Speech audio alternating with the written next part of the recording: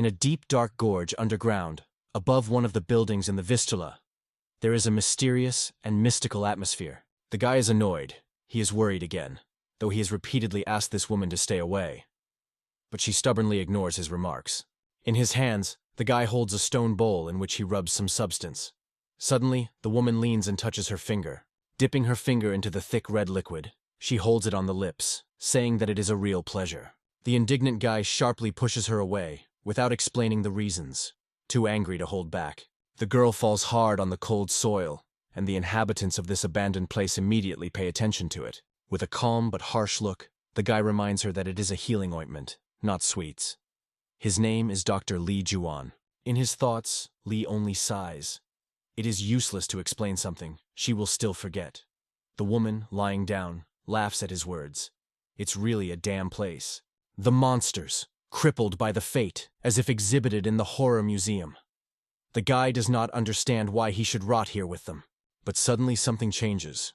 Something strange and unexpected begins to happen just in the eyes.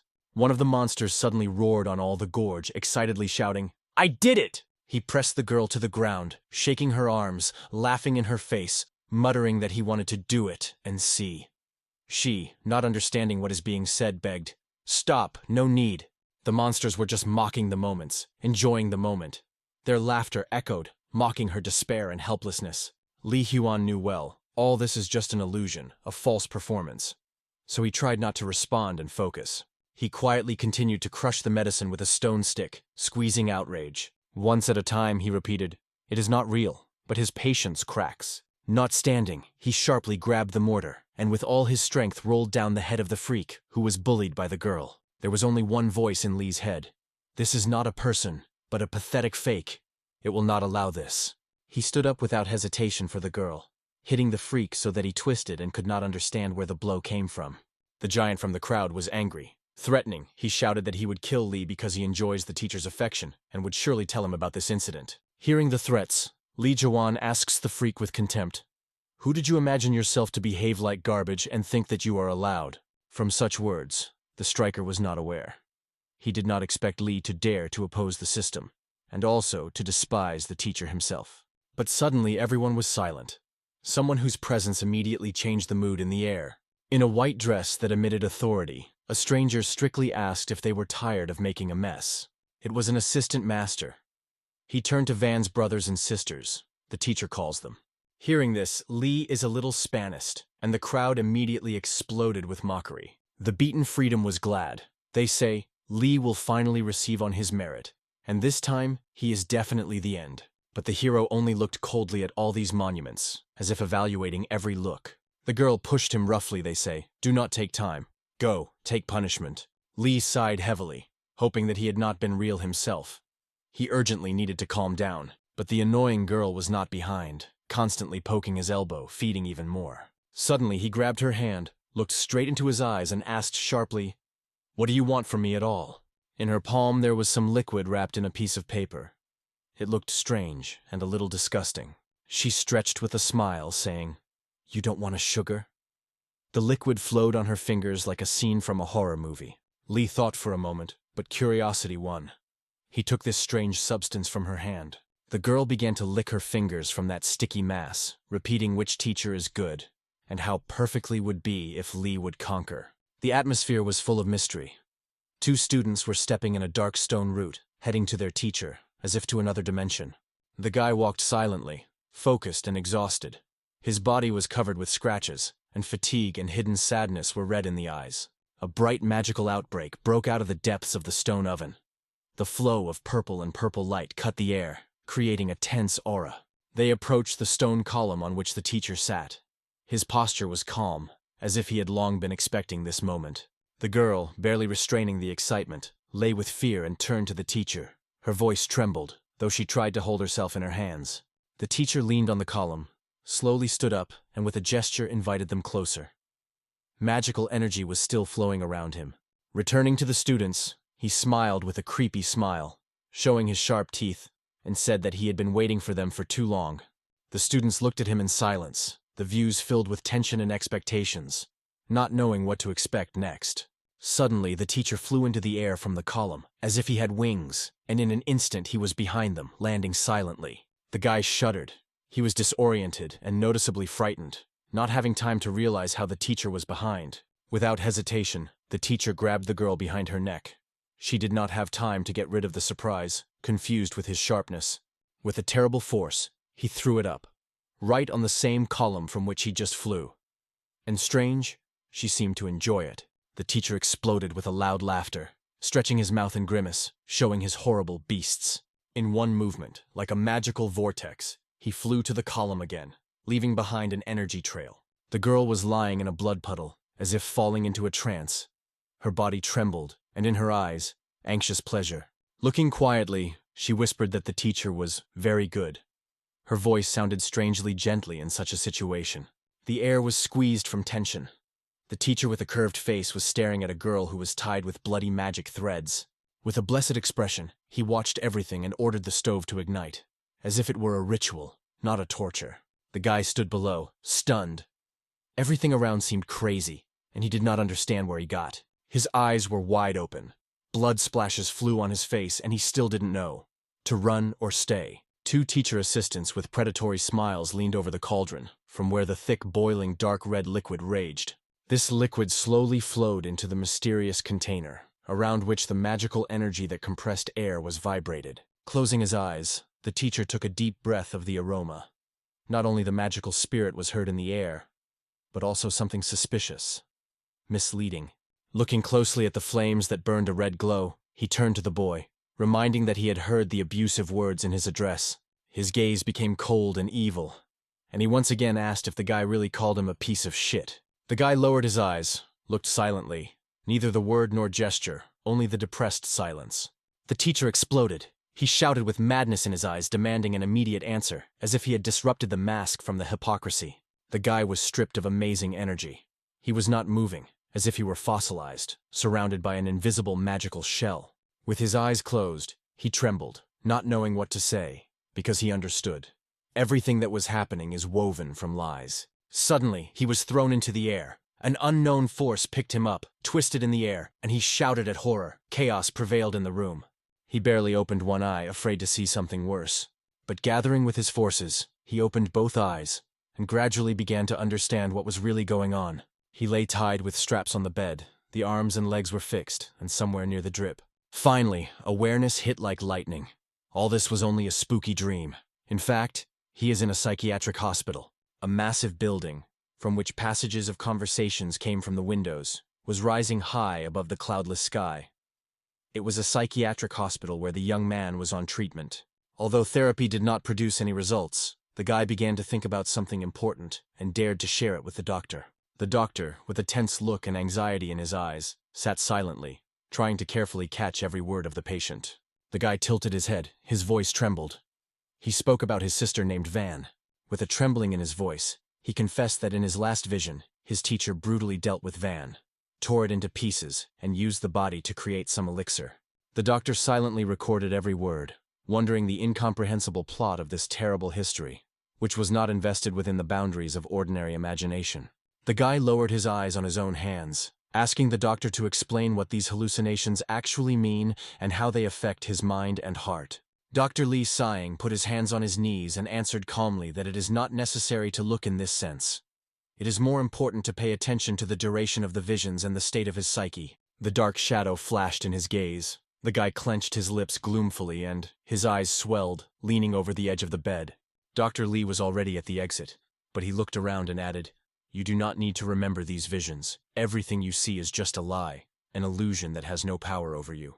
The guy sat motionlessly, with a gloomy expression, and silently cited the doctor who left the ward.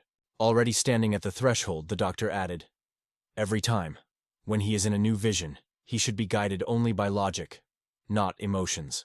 Only by maintaining the clarity of the mind will he be able to leave the hospital as soon as possible." But when the doctor came out, an unfamiliar figure was already in the door. The girl quickly turned to the young man and asked with a soft smile if he heard everything the doctor said. The guy did not answer. He just looked sadly at the door, as if looking for a response there. A slender girl came into the room. It was Nana. She reminded him once again to follow all the doctor's instructions. The guy looked surprised. He did not expect to see Nasu in his ward. She came closer and sat on a chair near the bed, looking at him with a gentle smile. Her big eyes were looking at the boy with tenderness, as if they wanted to reassure him without words. A sincere smile appeared on the young man's face. It was clear that he was really happy about the appearance of Nana. Nana reached for the bag she brought with her, getting something specifically for the boy. Smiling, she pulled out a whole stack of books and gladly reported that these were educational materials prepared by teachers. The young man twisted. He did not look delighted. With a smile, muttered that she probably decided to take revenge on him for growing up together. Smiling, the girl cheerfully gave him books on her head and assured that revenge was nothing here. She just wants to cheer him up. After scratching his back, the guy took the books in his hands and continued to listen carefully to Nasu. Suddenly, she got another surprise. A game console that she stretched with a tricky smile. The guy jumped out of bed and rushed to her, trying to grab a prefix. But the girl playfully pulled her hands and said that she would give her only if he called her a sister. He approached her and whispered quietly to her in her ear. After that, he snatched the console from her hands and said with a smile that she was now officially his sister. Conveniently resting on the bed, he went into the game, adding that she has no idea how boring all day long to sit in a psychiatric hospital. Nana was seriously reminded. Though games are good, but he promised to do homework, and it is not necessary to forget about it. But the guy pretended not to hear anything. He fully plunged into the world of the game, not taking his look away from the screen. However, in a moment he postponed the prefix, returned to Nana, and said that he remembers everything, every word. He grabbed her shoulders and reminded that they dreamed of joining one university, and this promise was still alive. Without holding back emotions, he firmly pressed her in warm embrace. Whispering in her ear, the guy promised that she followed his word, whatever it costs. Nana gently plowed to him, staring in his nose and his shoulder, and, whistling his eyes, wished him a speedy recovery, promising to wait. On the street, night silence prevailed, and Nana was going to go home. The guy immediately suggested that she be held to the gate. Carefully, as if overcoming the inner barrier, he began to lower his legs out of bed. Suddenly, something in the body broke up. Strange, uncontrolled things began to happen to him. He stood up and slowly moved forward, but at every step there was some anxious bizarre. Turning, the guy saw at the bed the same bloody mortar, which he repeatedly saw in his hallucinations. His gaze immediately changed. Shock and fear were frozen in his eyes, as if he saw a ghost. Grabbing his head, he could not understand how possible. After all, he acted exactly on the doctor's advice. Nana only looked at him in confusion, not understanding. He closed his eyes, stood motionless for a few minutes, and all the newly seen disappeared, as if he had dissolved in the air. The young man did not want to admit that it was another hallucination, and decided to pretend that he did all intentionally, to make a joke. But Nana was angry. Her eyes flashed anger, and she strictly asked him to never joke again. She turned silently, and without looking back, went to the door. The guy looked at the bed again to make sure that there were no mortars. And for sure, he just seemed. But when he turned to the door, I realized that Nana was no longer in the room. Without hesitation, he rushed after her. He ran outside, where other hospital patients stood in the yard, and began to be pleased with Nasu, asked not to be angry. Catching her, he shouted that he wanted to have a little fun, not wanting to scare her, patients standing in the yard just laughing at hearing his words. For them it was another show. The young man pleaded not to be offended, but she was silent without stopping or even looking at his direction. He came closer to make sure. Is she really so cold? Ignore him? Suddenly the girl turned, smiled cunningly, and easily poked his finger in his cheek. Smiling, she said she was visiting again, next week. The guy exhaled with relief, smiled at her, and said he would look forward. Due to the high fence of the hospital, they waved each other for goodbye, and Nana disappeared. Returning to the ward, the guy could not throw his head.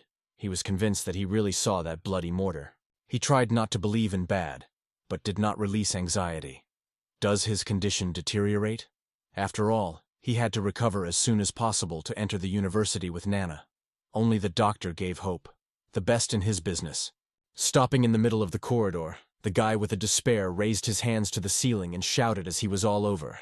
But suddenly anxiety flashed in the air. Something was wrong. He felt it with the whole body. Suddenly he felt that something was lying in his pocket. Alien, cold, gloriously familiar. His face was whitewashed, the pupils expanded. The fear was shaking his body, and panic was frozen in his eyes. He slowly got out of his pocket the same bloody red candy that he once was given and a sick sister from hallucinations. After his finger on the sticky surface, he dared to try it to taste. and horror swept all his nature. What he considered delusions was really sweet, real. Without delaying a second, the guy rushed the corridor. He had to tell Dr. Lee immediately. Suddenly, his legs seemed to grow into the floor. The movements became slow, as if he had made his way through the fog. He was again delayed in hallucination. But this time he thought, if all this is true, then it is his chance. And perhaps these images hide something more than just sugar. We again transfer to the darkness of the mysterious magical forest. The clouds lowered over the ground, and in the distance they spread silent birds. On the top of the great stone stands alone a familiar bleeding stupka with the elixir, and from everywhere the teacher's voice is heard. He gathered all his subordinates around him, demanding money and jewelry. The slaves are only surprised to go over, not understanding what the mentor wants from them. And he brazenly deceived them. They say, still there will be nothing to spend here. The guy listened to these absurd words and could not tread where these exhausted people who look like drug addicts could have money in general. Suddenly his consciousness shuddered. He opened his eyes and heard someone calling him hard. Before him was a girl who pulled him by his sleeve and asked to go with her. He recognized her. He was his sister. After leaning against a tall tree, the guy dropped, and the girl sat next to him and began to worry near him. Suddenly, she raised her leg and began to shoot something like a gold bracelet. Removing the decoration, she stretched her brother, calling him a gently brother, and said that he may need it. The guy sat down side by side and carefully took this bracelet. He began to consider it from all sides. Though the bracelet seemed thin, but was heavy and made of real gold. His face blossomed. He thanked his sister, hid a bracelet under his shirt and promised that he would only take him for a short time, and then be sure to turn. In response, he offered her a candy. They say, she is delicious and sweet. The girl smiled and thanked the brother until other strange figures were watching this stage in silence among the trees. Observers from behind the trees were closely monitored for the conversation, hoping to see something valuable. But for their disappointment, this time they were not lucky. Suddenly, an angry cry came from the top of the hill. It was an inner student of the main mentor, who wondered with dissatisfaction that everyone had forgotten here. His icy look and the power tone did not leave the choice. He rigidly ordered everyone to return to work immediately. The slaves were frightened, scattering in different directions, trying not to get under the hot hand, while the teacher followed everything that happened. The guy also looked around and froze. At the top really stood a teacher who addressed someone named Li Huan. With sarcasm and mockery, he said that the harm, Li was not destined to become the main ingredient of his recipe. The boy's eyes flashed anger. He recognized this jerk. It seems that his name was Suwanian, and the mention of him was caused only by contempt. The teacher's teacher again emphasized his order. If someone dares to spoil the elixir, he personally cuts the skin from them. And at that moment something brightly flashed on his clothes. It was a decoration that flicked with green light. The boy's gaze unwittingly stopped on her, a jade suspension, undoubtedly antique thing, rare and very valuable. He smiled at himself, mentally saying, "A good thing, it will be mine soon." A dark, deep night wrapped the streets. In this silence the guy became unnoticed to the teacher of the teacher of the teacher, and silently stole the same nephritic suspension. He was surprised that there was no soul in the house. Everything was surprisingly easy, as if fate gave him a chance. The joy was fully engulfed. If he can sell this decoration, he will receive enough money to pay for his studies and his own and Nana at the university. He was rushing down with a happy smile, squeezing the prey in his hand. The pendant was now. But suddenly, descending, he noticed a flickering light in front and stopped inadvertently. His eyes expanded from fear. Someone's figure appeared in the light. He realized that someone was ahead, and like a thunder in the middle of silence, someone came from behind. It was a teacher of the teacher. Coldly looking, he asked what the guy was doing so late. The young man froze, panic. The guy turned sharply, covered in fear. He was in front of him, Suwanian, his older brother. He surprised his clothes, simple servant's cloths. He jerked his mouth and whispered that so she was extremely lucky today. Grabbing the young man by his hand, Suwanian pulled him behind him, whispering that they would escape from this hellish place. The students of the outer circle have already passed. There is a chance. But the guy rested, asking with surprise, are they really going to run away? But for the next moment he rejected something. A strong impulse forced the body to take off. He fell, stunned and frightened. Suwanian with a brilliant rage attacked him and crooked him. Either you are with us, or we will finish you right here. No one should know, especially the leper. The guy was stunned. He did not understand what was happening. In his thoughts, He confessed to himself that such a development of events did not like him, but when she closed his eyes, he gave up. All the same, at any time you can return to the hospital. What will a handful of people invented to himself? Suddenly, he opened his eyes covered with then. His whole body trembled, as if he had just survived something hell. The heat was burning from the inside. He was again in a hospital, chained to bed with straps. It turned out, it was only another nightmare, corded to cold metal. He could not get rid of his thoughts about that gold bracelet and a jade suspension. He was not even sure whether he brought something from sleep to reality. The only thing left was to expect what will happen next. But suddenly, he was afraid of fear again. The eyes were red. They became glass, as if they were no longer belonging to him. The next moment he was in the horror, all the same place from which he just escaped with the addicts. But this time, he was himself. He did not understand how his own hallucinations could be so real and dangerous. Are they able to harm him? A depressing magical atmosphere prevailed around. Everything tightened the thick fog, and the sky was torn pink-purple clouds. The air was buzzing with tension. Something was coming. Suddenly, shouting and the sound of hasty steps came from afar. Everyone woke up, grabbing their feet in anxiety. One of the teacher's slaves flew into the gloomy room, shouting that everyone was ordered to gather immediately in the Hue Hey Hey Hey. The teacher demands it now. All were puzzled. Without understanding what was happening, they began to bustle and hurry to gather. The delay could cost them very expensive. The guy watched this panic without interfering and waited. What happens next? Soon, everyone was standing in the Hey Hey Hey, pressed against the walls, waiting for the appearance of a teacher with a heavy stone in the chest. And so, in a depressing silence, he appeared. A teacher with a cold, piercing look. His first words were simple. "Are everyone present?"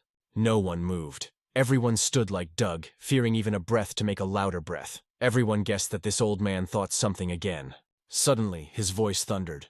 Last night, at about 3 o'clock, several people tried to escape from the shrine. The worst part, among them were 2 students of the old mentor. Above the teacher's head, suspended from the beams, the bodies of caught fugitives hung. With his face skewed from rage, he was loudly crying that the old teacher was now suffering from the betrayal of his followers. Going down into the crowd, the teacher continued with poisonous respect.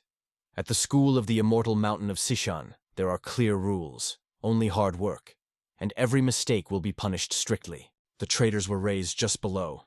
They looked at the guy stubbornly, the one who ran with them that night. In their eyes, a prayer, a silent request for help. The guy only answered them with a look. His eyes were sad, full of pity.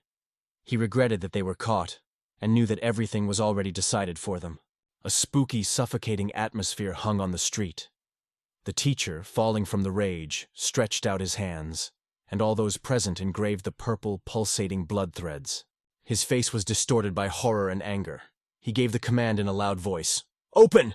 And then the earth under his feet turned in the center began to form a huge bloody black blade, where the same threads flowed. People stood froze, stunned by a terrible sight. The guy trembled with horror, covered with then, with his eyes closed. He tried to convince himself, it is not a reality. It is only hallucination, the birth of his own broken mind. But a strange magical energy began to gather around. The air thickened, and it seemed that the space itself pulsed. The guy stood motionless, feeling this force flowing into him. He was still unknown to his power. She had no fear, only absolute determination. He first felt the power that torn the boundaries. Everything around began to change, distorted. The reality of melting, and what happened seemed impossible. He couldn't believe it. Is it just a fiction of his imagination? Looking at the bizarre reality that unfolded around, he thought he convinced himself. No illusion is able to harm him. Not here. Not inside this patient hallucinations. The atmosphere surrounding remained tense and depressing. The teacher stood motionless, with cold determination in his eyes, and declared that if someone once had doubts, let him remember this day.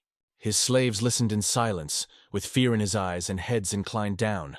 No one dared to move. The teacher slowly passed everyone, proclaiming orders and reminding them of their mission, to help him achieve immortality. Finally, he came to the boy and said that he was only worth rising, and he would never forget the good of those who helped him in the way. With a barely noticeable smile, the teacher added that he knew about the night attempt.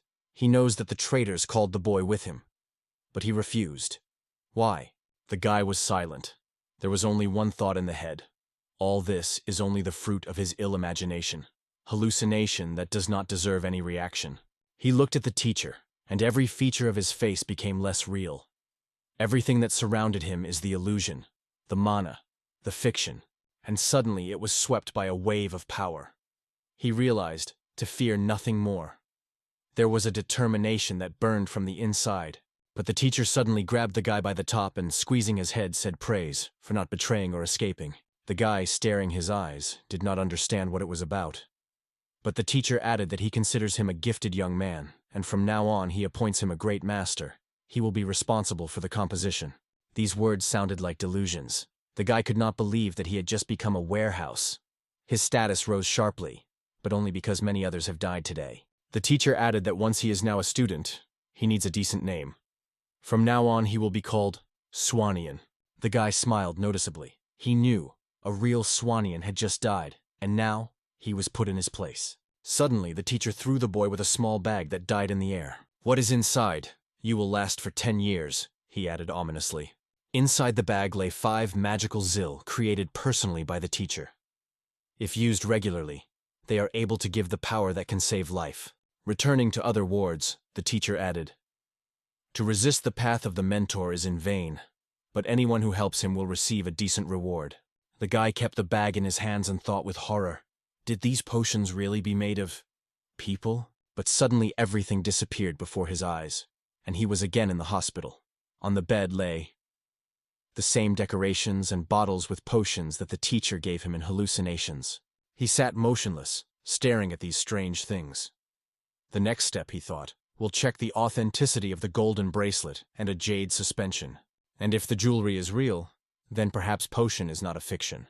Maybe you should drink one thing, just to check. But suddenly Nana flew into the ward, angry and squat. She began to shout. After her call, she had to miss the class, climb through the wall and sneak here. And she sincerely hoped that she was worth it. The guy grabbed her shoulder, looked into her eyes, and she just grunted that she really wanted to believe that he was not another his senseless joke. He suddenly began to fuss, run along the ward, close the windows and doors to all the castles. The girl, not realizing what was going on, asked why he suits this fuss. The nurse can hear, and then there will be an end. And here, from the loudspeaker who hung on the wall of the ward, sounds came. The nurse said with a smile that she heard every word and saw everything he did. The guy silently stretched out a nephritic suspension. The girl looked at her in surprise without realizing where she came from. Then the guy looked at the column and turned to the medical staff.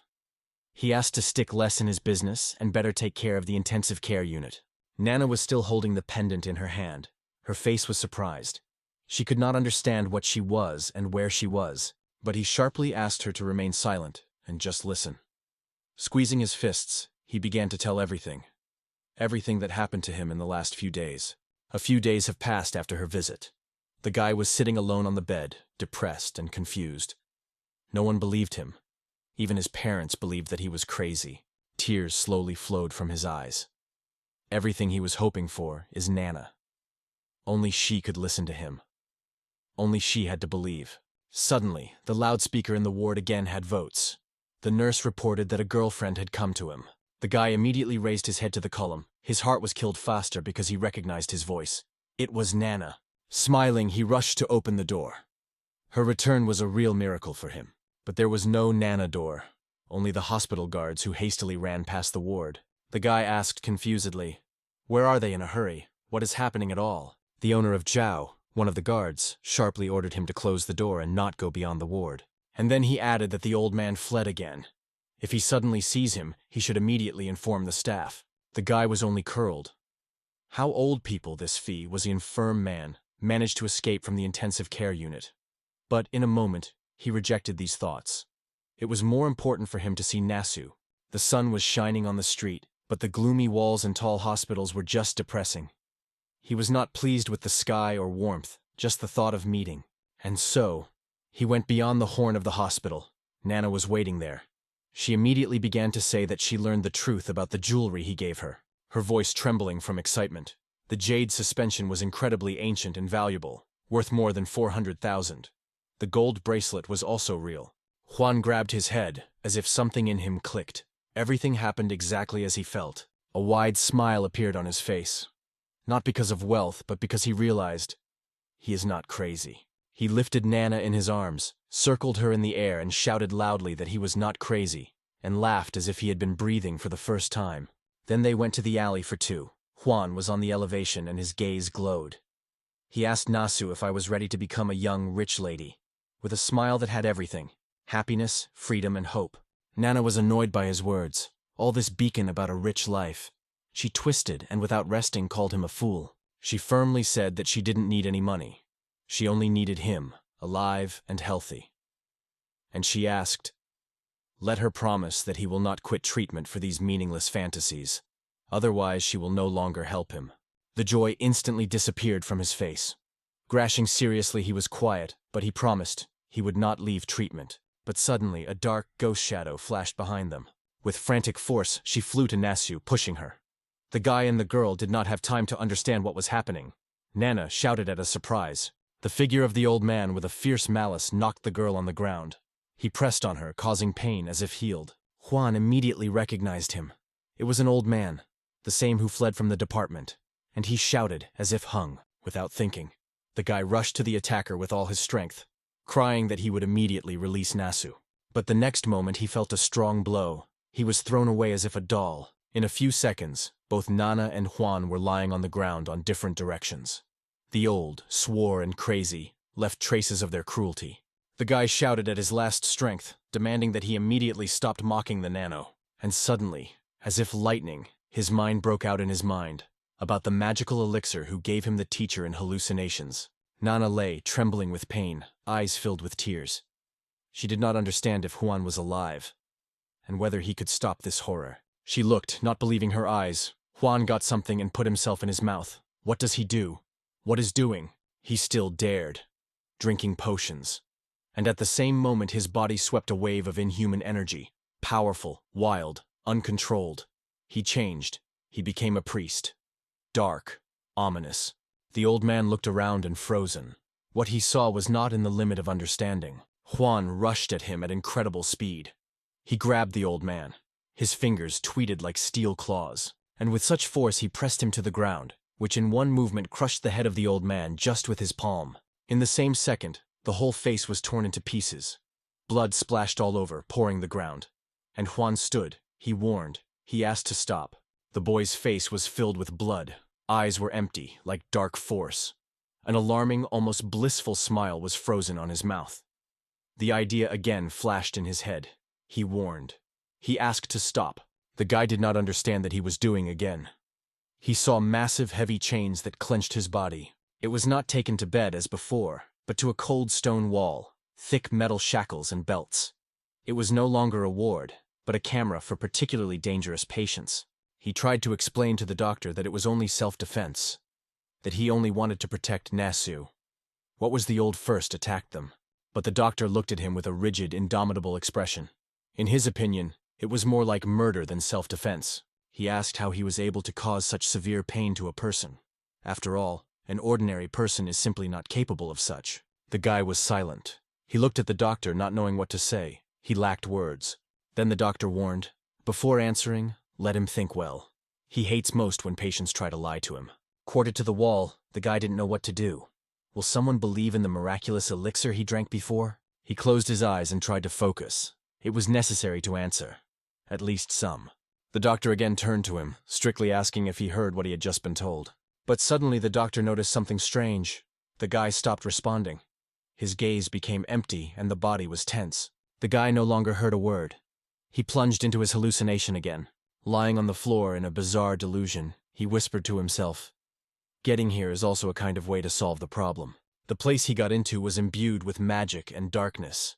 The atmosphere around was strange, almost otherworldly. The teacher again lectured for his followers.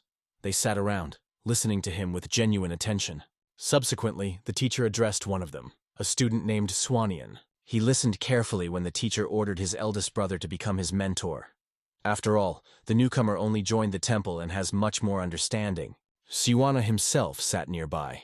He nodded, making a teacher's decision without denial. It was impossible to contradict the mentor here. In the end, the teacher got up and calmly ordered everyone to go for dinner. The day came, and there was no work. Among the crowd, one strange man looked at Suhanyan with contempt. In his look, he read distrust. He thought something. The guy flicked slightly. He could not understand who the strange type and why he was so vigilant, with unconcealed hostility, looks at him. When they went down the stairs, the mentor quietly explained that the man standing near the teacher was Jangkun, an older brother. After the escape, Jin Kana and Jen Jana, he remained the only internal student of the master. The mentor warned the boy that now, as a student of the temple, he should be treated with everyone who lives here. Especially to Jangkun. It should be careful because he is too petty and malicious. The guy put his hand to his head, trying to understand what he heard, and turned to his older brother Suhanyan, begging to tell more and tell him how to behave further. The mentor explained briefly. The master accepted him to the students and appointed to head the composition. But if he dreams of teaching him immortality, then the guy is still very far from it. He heard it suddenly. He was surprised, as if he did not fully believe in such an opportunity.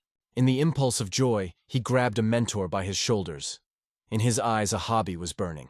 A master can teach him immortality, but he was restrained and explained that yes, the master really has an incomprehensible force. But not everyone can master the path of immortality. One of the audience, when he heard this conversation, rolled and, rolling his eyes, noted that only those who belonged to the student's inner circle could be achieved, the guy thought. And although the idea of immortality seemed exciting, he suddenly realized that there were a lot of practical benefit here. If you are already in this strange place, you should try to take out of here as much as possible. Both knowledge, benefits, and gold. The teacher, along with his students, approached a large magical cauldron. It was from him that he drew energy and supported his strength. With calm confidence, he ordered to open the cauldron, and as soon as the lid began to rise, a powerful wave of magical energy escaped from the inside, covering everyone who stood around. From the depths of the cauldron began to fly vials with multicolored elixirs. Some of them glowed, others crashed, releasing couples. The teacher was glad to see. His face expressed admiration. Everything went exactly as he thought. The atmosphere around was full of strength and mystery. The guy looked at all this with his eyes wide open, and finally realized he still thought only about money. But before him, something much more. In his head, the ideas were swirling. If he can bring this power to the real world, then the opportunities will become boundless. He fantasized, imagined, dreamed. Every thought gave birth to dozens, but the reflection was interrupted by the teacher's voice. He turned to him, holding one of the special elixirs in his hands. The guy was delighted. If the teacher turns to him, then he has a task for him. Therefore, the opportunity to move closer to power. The head has already turned. How faster it is to reach the goal, and that this bald old man can give him in exchange. The teacher returned to him and briefly said that once he was now in charge of the composition, he should bring the ingredient called Bai Lin Mine. The guy focused on the task that the teacher gave him, and began to think about how to get a mysterious ingredient, Ba Lin Mao. Suddenly, his sister appeared in front of him, just when she gave him a gold bracelet. He was stunned. It appeared by surprise, like an outbreak in consciousness, and forced that day to the smallest details. At the same moment, the teacher, annoyed by his absence, threw out with a cry. Whether he listens to him at all, because he turns to him personally. The guy, only swollen, with bitterness in his voice, muttered that he had no other way out. Excerpts of phrases, names, memories were spinning in the head. And here everything around changed again. He was reconciled in the hospital. Dr. Lee and his mother stood above him. When the guy opened his eyes, his gaze was confused.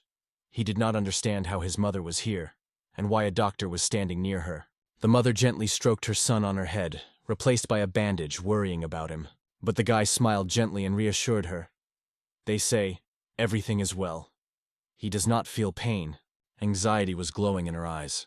Lost, pale, her heart was still looking at him. She did not believe her eyes. Do she feed so bad here? He looked too exhausted. Without hesitation, she got her favorite son of milk grapes from the bag and began to feed him. The guy finally smiled, really. Chewing the vineyard, he asked his mother just to be nearby. After all, she is so rarely visited. They and the doctor stood by the bed. The mother was happy that the son of consciousness. Dr. Lee, meanwhile, quietly reported that it is time to meet with the patient of the patient. However, her mother was pleased to allow her a few more minutes to tell her son the most important thing. And suddenly the guy broke, shouted out of bed, which was not guilty, just defending himself. He wanted to save Nasu from that old man. The mother stood sad in her eyes. She already knew. The doctor told her everything about the events of that day. She carefully sat down and whispered that the son did not worry. She will not leave him alone. The guy only lay silently with a depressed look and did not find words to answer. She got up, getting ready for the meeting. She said goodbye to listen to the doctor and did not forget to take medicine in time. The guy, like a hungry, began to call his mother. But his body was tightly stiff with straps. He could not even move. And the mother, with sadness in her eyes, had already left the ward without looking back. But as soon as she crossed the threshold, her expression changed. Her face became cold and harsh. Eyebrows came up and determination appeared in the gaze. She was ready for everything for her son. The guy escaped her look and was sure she would not remain indifferent. She will protect him. She is a mother who is able to dispose of everything in her path. But he did not have time to finish this hope. As his eyes began to dim, consciousness, to fail, he felt slowly back into that damn distorted world of his imagination. After an unexpected meeting with his mother, he did not even have time to come up with a new plan how to circle the old man around his finger. The doctor said something, but the guy almost never heard his voice. All the words were sinking in the distant hum. The image of the doctor was blurred, as if through a shaken glass. Let's get back when I come back, the opinion flew in the boy's head. And here he was in illusion again. A familiar place, a familiar cold and the same feeling. Everything here is like real, but alien. The teacher stood above him, looked carefully from top to bottom. He kept something strange in his hand, an item that the guy had not seen before. The guy tried to focus. He mentioned the previous task and mentally asked himself if they had already completed the search for Bai Lumiao. But suddenly someone's hand grabbed his chin firmly. The compression was unbearable. The boy's eyes were filled with panic. The teacher grabbed him by his mouth and, with a huge glitter in his eyes, began to open his jaw forcibly. The air around became heavy, saturated with voltage. With all force, he squeezed the boy to his mouth some strange substance. It was something thick, slippery, like an elixir that he held in his hand. The guy gasped with surprise. He did not understand that this scared old man stuffed him in his mouth. The chest spilled a strange, anxious feeling. The teacher strictly ordered him not to open his mouth. There was no doubt in his voice, and it seemed that if he violated this prohibition, he would not be able to swallow what was called black tesui. The world around the world has been distorted. Everything turned into a strange, bizarre sight. The teacher ordered him to swallow the black tesui to curb the hysteria. The slippery black mass of he climbed into his throat, forcing the boy to suffocate from disgust. Suddenly he began to pull out a disgusting mucous membrane from his mouth, whom the teacher called taisui. Spitting the remains, he shouted with indignation that he was not so stupid to eat such an abomination. The teacher just smiled, as if mocking, and immediately called his assistants, Chan Mina and Chan Ren. Both instantly ran out and stood behind the boy's back, waiting for further teams from the teacher. Without waiting for the words, the boys understood everything from the point of view of the mentor. They pulled out the swords and pressed the student face to the ground. Holding in the hand of Black Tacy, the teacher mockingly said that not to decide not to him, and in general, his thought was not interested in anyone. The guy was pressed to the ground. The guy barely opened the eye and thought with the fury, "And who, in the hell, then decide how not me?" Closing his eyes, he immediately fell into a dark abyss, losing a sense of reality. When he came to his senses, he felt the heat and began to break out of bed. He was again in a hospital, chained, in a state of panic and cry. But suddenly Nana appeared in front of him, a beautiful girl with a gentle smile who was silently waiting for his awakening. She was standing by the bed, and he was powerless, caught, only sadly looked at her, not even able to touch. The doctor came to the ward and, coming, asked about his hallucinations, noting that they have been more likely to have been more often. His image in the eyes of the boy was clouded. Seeing a distorted figure of the doctor, the guy realized he has not yet come out of delusions. The guy begged the doctor to give at least some medicines that would stop these crazy visions. He just wanted a little rest. The doctor thought for a moment, evaluating the patient's condition and picking up the appropriate drugs. Thinking for a few more seconds, he turned and went to the same medicine that they gave before. And Nana, in the meantime, began to look for something in the bedside table. Returning, he severely warned, "These pills are only a temporary solution. If the guy wants to be cured, he must adhere to his method." Nana found the right one and stretched out a glass of water and pills, watching him carefully. With a devastated look, the guy whispered that he did not need water. just a medicine to calm his mind a little. But as soon as he saw the pills, he was again engulfed by strange emotions.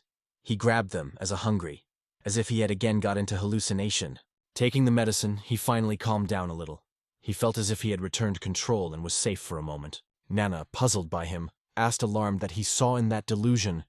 Is he really dangerous? Then the guy with a serious face began to say that in the last hallucinations the bald old tried to make him eat something disgusting, saying strange things. And suddenly he laughed as if joking and asked, "And what if I... just hallucinating the Dr. Li Huan?" Suddenly the guy felt something strange inside, again. He tried to ignore this, convincing himself that it was only the remains of hallucinations. His consciousness was filled with a picture. He eats that black slippery monster, Tai Sui, who corrode it from the inside, and his eyes crawl out of orbits from horror. He could not believe. He just took the medicine. Could hallucinations come back so quickly? He closed his eyes, hoping that it would disappear. But no. Opening his eyes, he was again in the illusion. The teacher and his assistant stood in front of him. It turns out that he swallowed that monster. The teacher, with a smug smile, said that the hysteria had passed.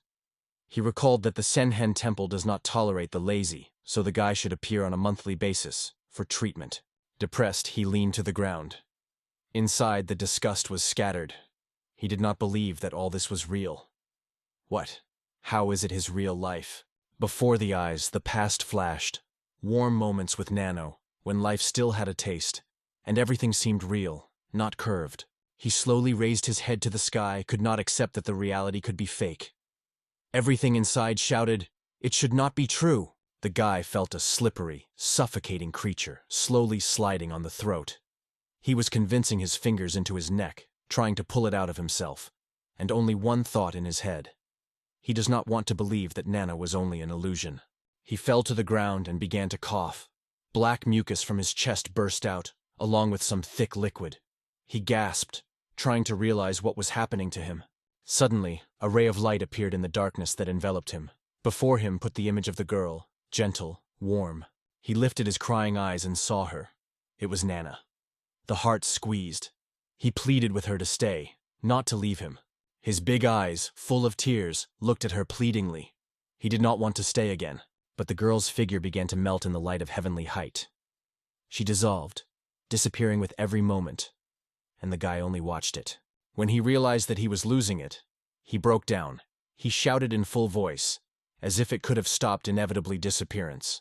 He rushed forward, trying to grasp her with his hands, grasped the edge of the dress, but nothing left, only emptiness. The guy still tried to reach her. Stop, keep. It was in vain. Only silence answered him. He settled down, biting his lip to the blood from impotence. The disappointment torn it from the inside. Why everything happens that? He lifted his head to the sky and shouted, loudly, with despair, which came out of heart. He did not understand why he was in this damn place. Where is the reality? Where is the illusion? It has passed some time. In a dark, overshadowed forest, the teachers gathered for the next meeting. Everyone was sitting in their places. Except for one. One place remained empty. And suddenly, like a shadow among the shadows, a girl appeared in the forest. It was his sister. The guy sat under a high rock, gloomy and depressed. He held something in his hands and did not know what to do next. Thoughts were confused. The forces were melted.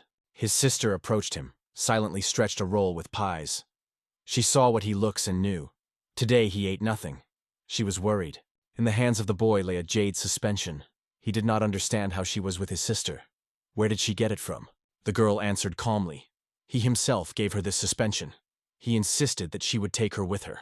She began to remember that moment. When they stood near the wall of the hospital, he circled her in his arms and glad, shouting that he was not crazy. She told further to the smallest details. Her voice was sincere, but it was surprised. Why he asks about it? Because it was his decision. His words. The guy looked at her with anxiety in his eyes. His gaze wandered, and episodes from the hospital began to flash in memory. He asked her to continue. She lowered her head and said quietly that the day they went together, he became bad. And then Van's older brother, the same, hit him on his head. In the head of the boy again passed the memory. He lies on the ground with a broken head, covering Nasu. The girl continued. She leaned below and said with sadness, "Brother Van thought that the guy died, and followed her." Hearing this, the guy stood sharply. An image has fallen in memory. A thick guy with hairy lips. He realized that it was the same. He ran to the girl and began to ask where he was now. The girl opened her eyes wide. She was shocked that she didn't remember anything. After all, he, the guy, in the same attack, rage killed Vana to death. And in an instant the memory broke through. A scene appeared before his eyes where he shook the face of that guy. Pieces of meat and blood flew in all directions. How did he fight with the old? But now he understood. No old man existed. All this was a fiction, a mask that his mind covered a true horror. His condition became unstable. A wave of some strange, someone else's energy filled the body. He no longer knew that real. He may be really... He finally went crazy. In front of him is an overshadowed world, and among him is the same huge cauldron with elixirs that the teacher was brewing. And in the distance, through the gap in the wooden door, a pale, cloudless sky was barely visible. The guy got up. Puddles of blood spread under their feet. And he thought, if it is a real world, then the doctors and his sister will die. And all through him, he stepped forward, going into the puddle. His thoughts were burning one. The cursed old man was guilty of everything. At this point, the teacher turned to him. It was ominous coldly if he had something that he wanted to say. The guy, as a frightened, hunched his shoulders. He did not understand where the teacher came from. He approached the rock, put his hands in front of him, and was preparing to answer. But the teacher did not give him a second to think. The ominous voice with a penetrating look, he repeated the question. What does he want? The teacher did not take his ominous look from the boy. The suspicion burned in the eyes. He asked again, what he wants, he wants. The guy leaned to the ground, swallowing anxiety, and began to squeeze words with difficulty. With his arms folded, looking at the teacher with seeming respect, he began to talk about how he was passionate about his alchemical skills, and that he himself dreams of ever reaching the same level. The teacher's assistant watched the teacher silently, barely holding back the expression of indignation. In his thoughts, he just muttered, "What is the primitive flattery?" But the teacher, on the contrary, was delighted. His smile became wider. He liked that someone so gratefully recognized his grandeur. The assistant was just surprised. "How can you behave in such a cheap show?" The teacher solemnly began his speech. He explained that the point is not that he does not want to teach immortality, the difficulty of the process. Creating an elixir of immortality is not just magic, it is a combination of internal and external alchemy. The guy knocked out, supported every word, and in his head scrolling another, "When will you die, old fanatic?" The teacher spoke sublime. He believed in his mission and knew that the path to immortality was complicated, but quite achievable. At least for him.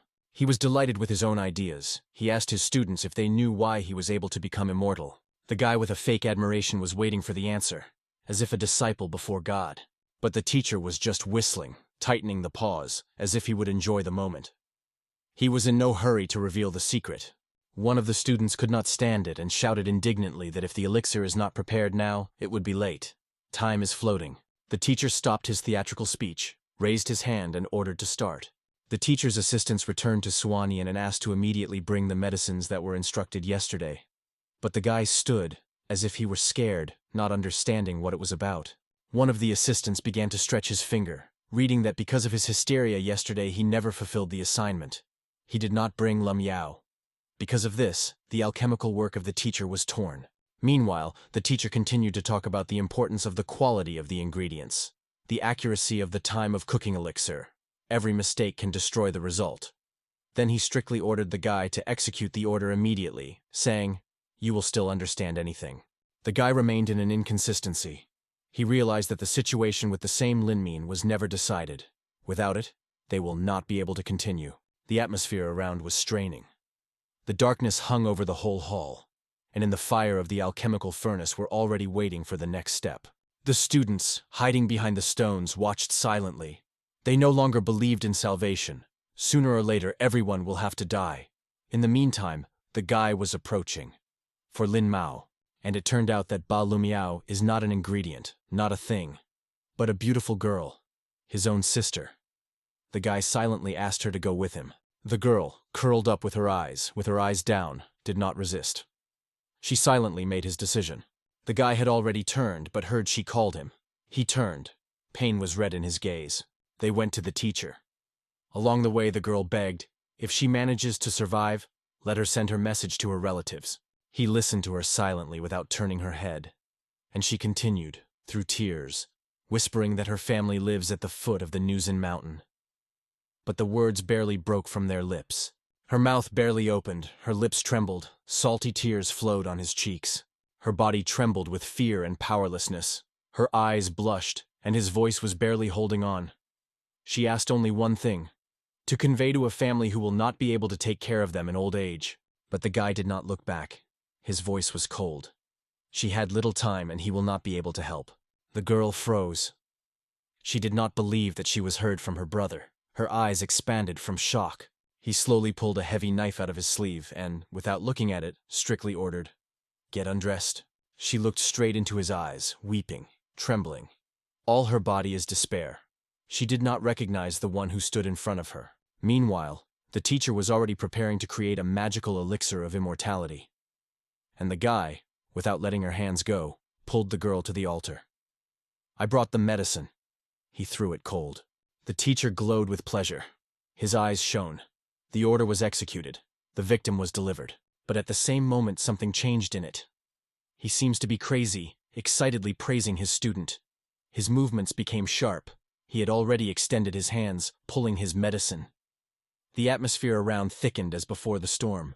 The teacher, full of dark energy, with a formidable expression, pulled the prey to himself, not stopping for a moment, as if he was a hungry element. The girl twisted in the air, as if torn out of reality. Her legs were torn off the ground, and she screamed. The voice pierced everything around. In a few seconds, she was already in the hands of the teacher. He squeezed her neck, looking straight into the eye, in his gaze burning malice. But something was wrong. His gaze became confused, as if he could not understand what was happening.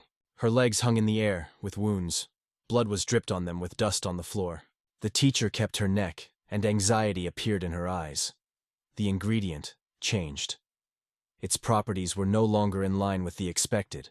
He threw a girl with annoyance to the ground, like an unnecessary thing, and ordered Swanian to bring her back to the warehouse. The guy nodded and accepted the order, but he was glad inside. He managed. He was able to disrupt the process, although a step to approach her salvation. Now it is necessary to find a way to get it out of here. However, the teacher stopped him. His voice was cold. "Bring another example. This is spoiled." The guy recalled that there was another girl in the warehouse, with white hair, just as the teacher was needed. The alchemical process could no longer be stopped. Returning, he found her. Trembling, she asked him not to do so.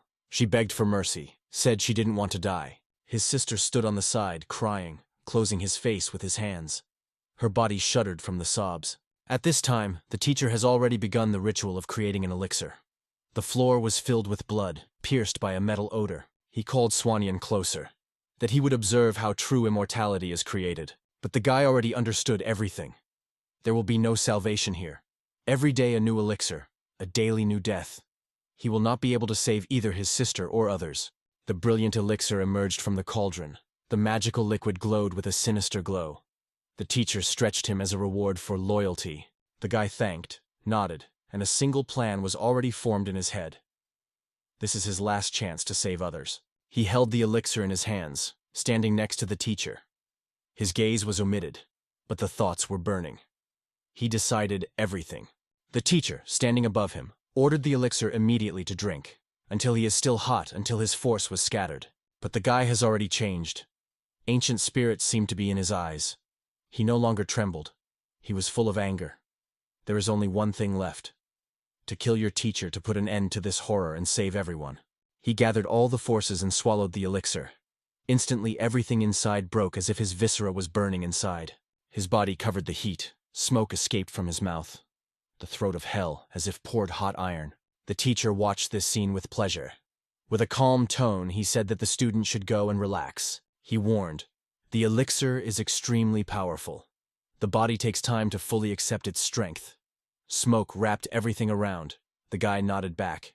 Going out of a ritual place, it was like a lived ash, exhausted and broken. His legs were shaking. He clung to his arms by the rock so as not to fall. He walked, not understanding how he was able to afford it. He did not fit in his head that he became part of this bloody action. Before his eyes, the face of those whom he led to death. Those whose body nourished the elixir. He began to shout into the void, spitting out, as if trying to expel the remnants of horror. The fact that he swallowed was made from people, panic, despair, and one thought: what now?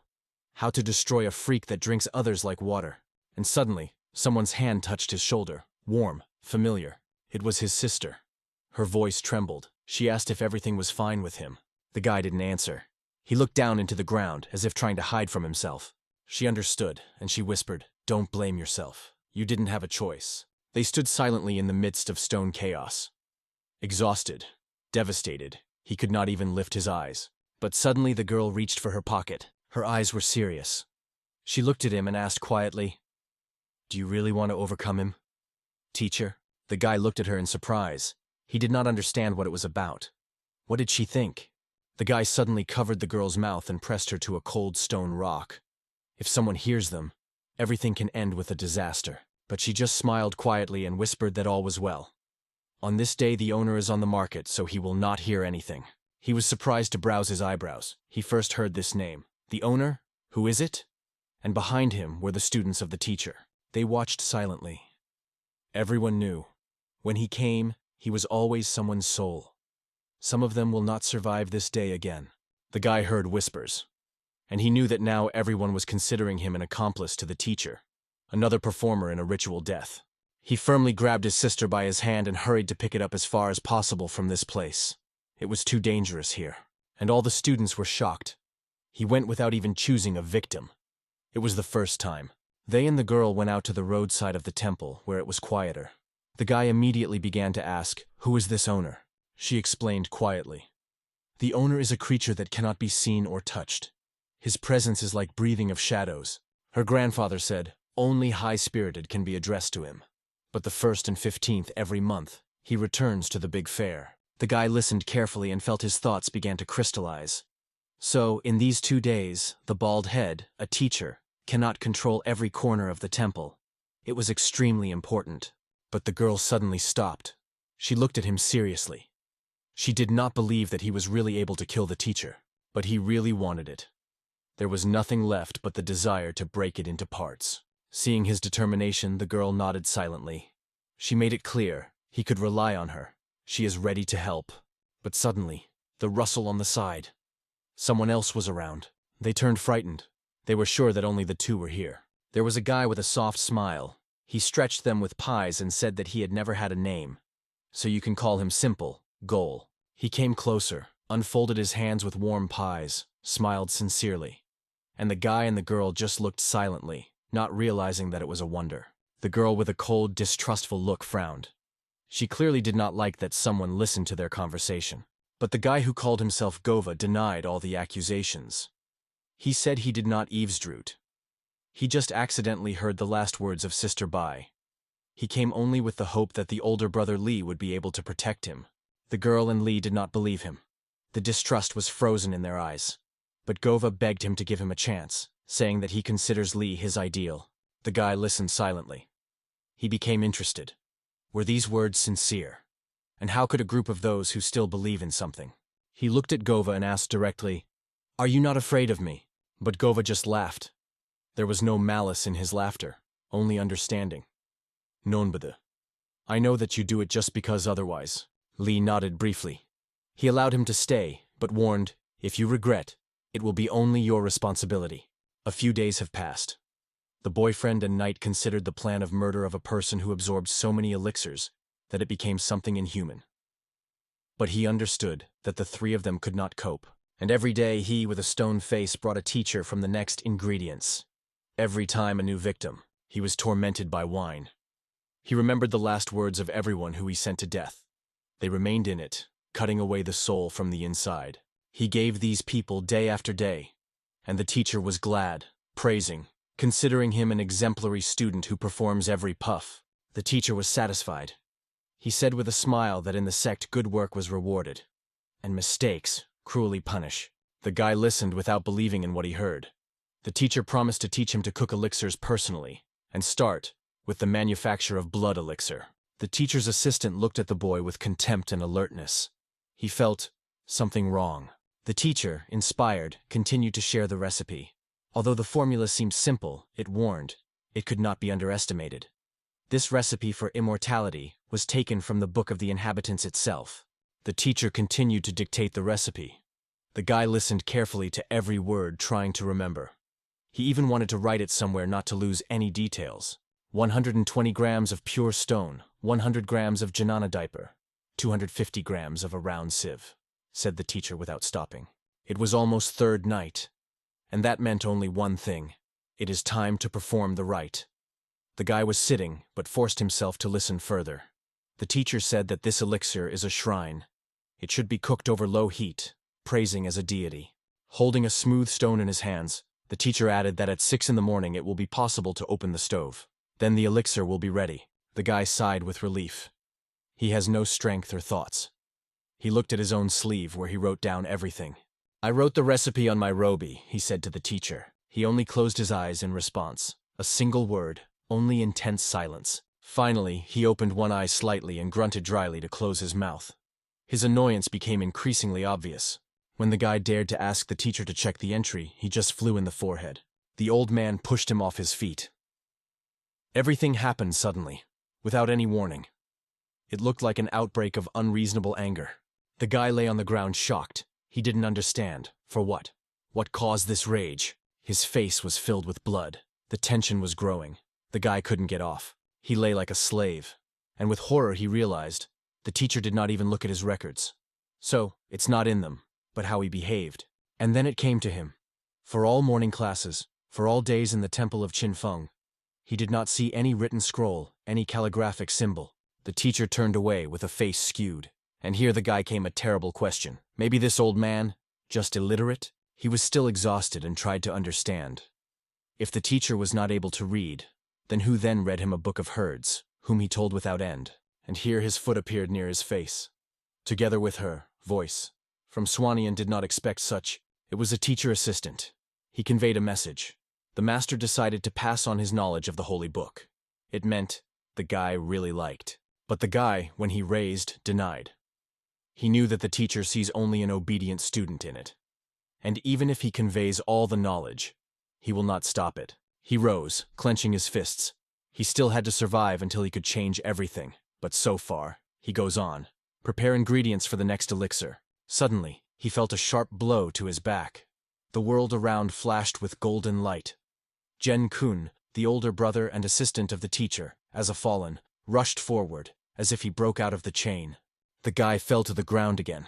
The deaf crunching of the rib passed through his whole body. Without the slightest pity, Jen Kun began to beat him. He boiled from anger. How could such a bold beginner behave so much? Just learning the elixir recipe. His gaze burned hate. He could not accept that this guy was chosen by the teacher. After all, yesterday, he himself, Jen Kun, pulled Suganian out of dirt and was now rejected. Lying on a cold stone, the guy barely lifted his head, coughing with blood. But even in such a state, he threw a phrase that just poured oil into the fire. It seems that your talent is not so outstanding. Blood flowed from the corners of his mouth, but he did not stop. So many years. And the teacher has not yet taught you immortality? These words were the last drop. Jen Kun was so much that he was ready to strangle him in place. He attacked the guy again. Around everything was tightened with a gray haze. Stones fly on the sides. A real massacre began, and suddenly a voice. A guy mentor appeared in place. He looked angry. He reached out to help him climb. His voice was dry. If it were not that elixir, you would not have been a long time ago. I said, stay away from Jen Kun. Rising to his feet, the guy looked at the mentor in surprise. Why didn't you kill me? Thought. If the students are killed here, you will not stay for a long time. His look became empty. And here he remembered the owner Y observes. The mentor fell. What else is the owner? What is the nonsense? The guy froze. He didn't have to say that. His eyes expanded, and everything was cold inside. Swanian's escape was neither on the 1st or 15th day. And yet, no internal student was never taught immortality. He coughed to distract the mentor. They stood silently without taking their eyes off each other. The voltage hung in the air. The mentor was silent. In his look, there is a mixture of suspicion and misunderstanding. Why are you crazy again? The teacher gave you medicine, but the guy just smiled. His bloody face, broken and exhausted, radiated something new.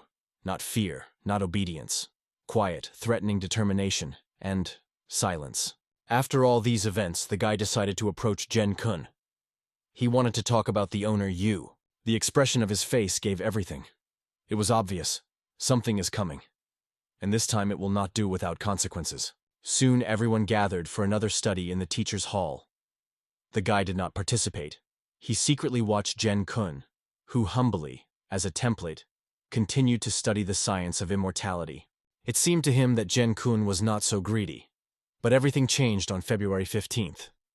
That day, the teacher cleaned the boilers, preparing for a new coat of elixir. And Jen-kun did not come to class. His place remained empty. It alerted the guy. He began to find out what was the case and went to Jen-kun. The doors were opened, no one inside, but the traces indicated that he instructed others to perform his task. At this time, Jen-kun himself was tense. His thoughts were spinning around the guy. What a paranoid he is. Even now he suspects. Suddenly, his assistant entered the premises and confidently stated, "This is the same, a student Swanian." They came closer to each other. There was a feeling that something more ripe between them. A conspiracy. A hidden conversation without words. Magical energy was stuck in the air. She entangled their bodies, tightening in the spiral chains and light. And in a moment, they just disappeared. Where they just stood, only smoke left the floor. The guy who watched from behind the column all the time saw everything. He was restrained. They disappeared. Finally, he thought. But what did they use for the spell? Without a second, he rushed to the room from which Jen-kun and his assistant came. There was a stench in the air. He immediately recognized this smell, a stinking rot, similar to the one who came from a barely living old man, his teacher. He walked carefully. The room was dark, cold, like inanimate. No light ray, no warmth. And here, what made his heart die, there was an object in the middle of the room. Whether a book or a stone stove is woven by magical chains, each of which barely trembled from energy. And then it came to him. This is the same plate, the one that the old man told, probably a legendary celestial book. But as soon as he looked inside, the jaw almost fell. No recipes, no technicians, only phrases, excerpts of prayers. It was some kind of sacred scripture. Where did the bald come from all the recipes? Thought. The guy stood, immersed in his suspicions, when he began to pulse the light effect over his head. Magic aura. Or perhaps the portal. The voltage increased. Something was coming. A strange thing appeared above his head, similar to the old vase from which the girl's head emerged. She stopped his gaze and threatened that she should only call the call, and the father would appear immediately. But instead of fear on the boy's face, a mocking smile appeared. He remained calm and confident as if he knew what would end. His voice was equal and firm. It sounded confidence in it. It was time for the teacher to finally realize he did not grasp the true meaning of the heavenly book, and that all this time, this girl was given to him all this time. The head in the weight was immediately whitewashed. The expression of her face was frightened. She did not expect the guy to reach the truth. The picture was clear. It was the one who interpreted the book for the old one.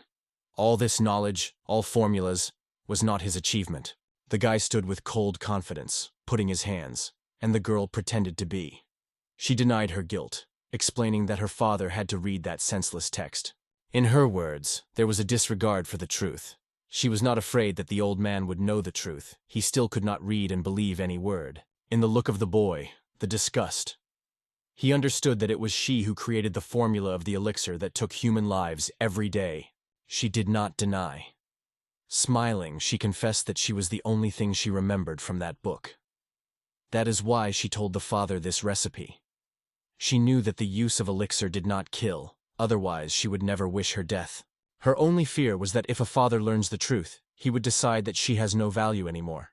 After all, she had neither hands nor legs, and therefore, could not be useful. And then the guy sharply grabbed a vase with her head. This gesture stunned the girl. In her eyes the fear flashed. He threw her on the floor with all his power. The wreckage flew to all sides. The vase broke out completely. A shrill cry came from the debris. The girl turned into something ugly. Her eyes became cloudy, like a zombie, and a voice, a shrill rusty. The guy was in rage. His heart burned when he realized that the use of elixir was not deadly. He looked with hatred to creature in front of him. He had no doubt, through the recipe invented by this monster, he devoured new human lives every day. All the wards of the teachers have already gathered near the stone wall of the temple, waiting for some important assembly. There was anxious silence in the air. But suddenly, a thud and a sharp cry came from the side. Someone was running hard, tearing silence. Everyone froze. Swanian immediately realized who it was. His shoulders sank, and his gaze stared into the ground. He knew that the storm was approaching. In his hand lay a crushed monster, the fragments of the same vase from which the girl's head looked out. It was a teacher. He flew, full of fierce, with his eyes that burned hatred. His whole body trembled with anger. Someone dared to invade him during the preparation of the elixir. The guy stood still like a stone.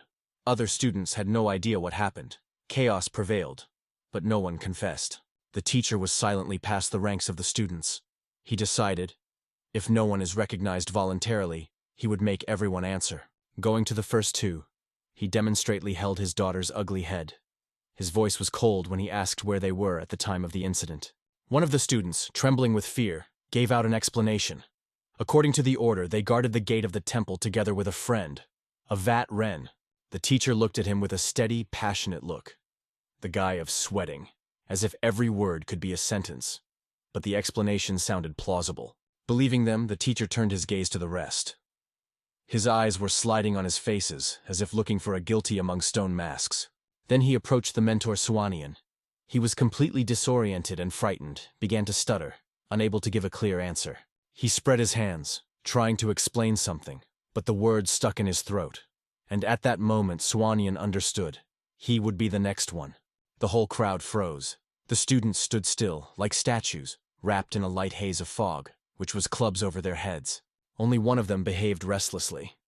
He moved from his foot to foot. Anxiety shone in his eyes, as if he had hidden something, or weighed something. The teacher approached Suhanyan and grabbed his shoulder with his curves, similar to his claws with his fingers. His ugly face was squeezed into malice when he demanded the answer, where the guy went after the ingredients were delivered. The boy began to shake. He barely held back the shaking in his voice. With wheezing, he said that he remained in the warehouse, preparing materials for the next ritual. His shirt was wet with sweat. Breathing became fragmentary. Every second was given to eternity. Fear squeezed the chest. The teacher returned to the crowd and turned to everyone loudly. He wanted to know if someone could confirm Swanian's words, and whether he was in stock all this time. Natop froze. No one dared to say the word. In the air, a dead silence hanged, so deep that it was even forbidden to breathe. The teacher smiled ominously. His arrogant look forced everyone to lower his eyes. He warned that everyone should think carefully about their answer, because the one who will help find the guilty will not only return home, but also receive a generous reward from the leader himself. And then a thin voice cut a silence.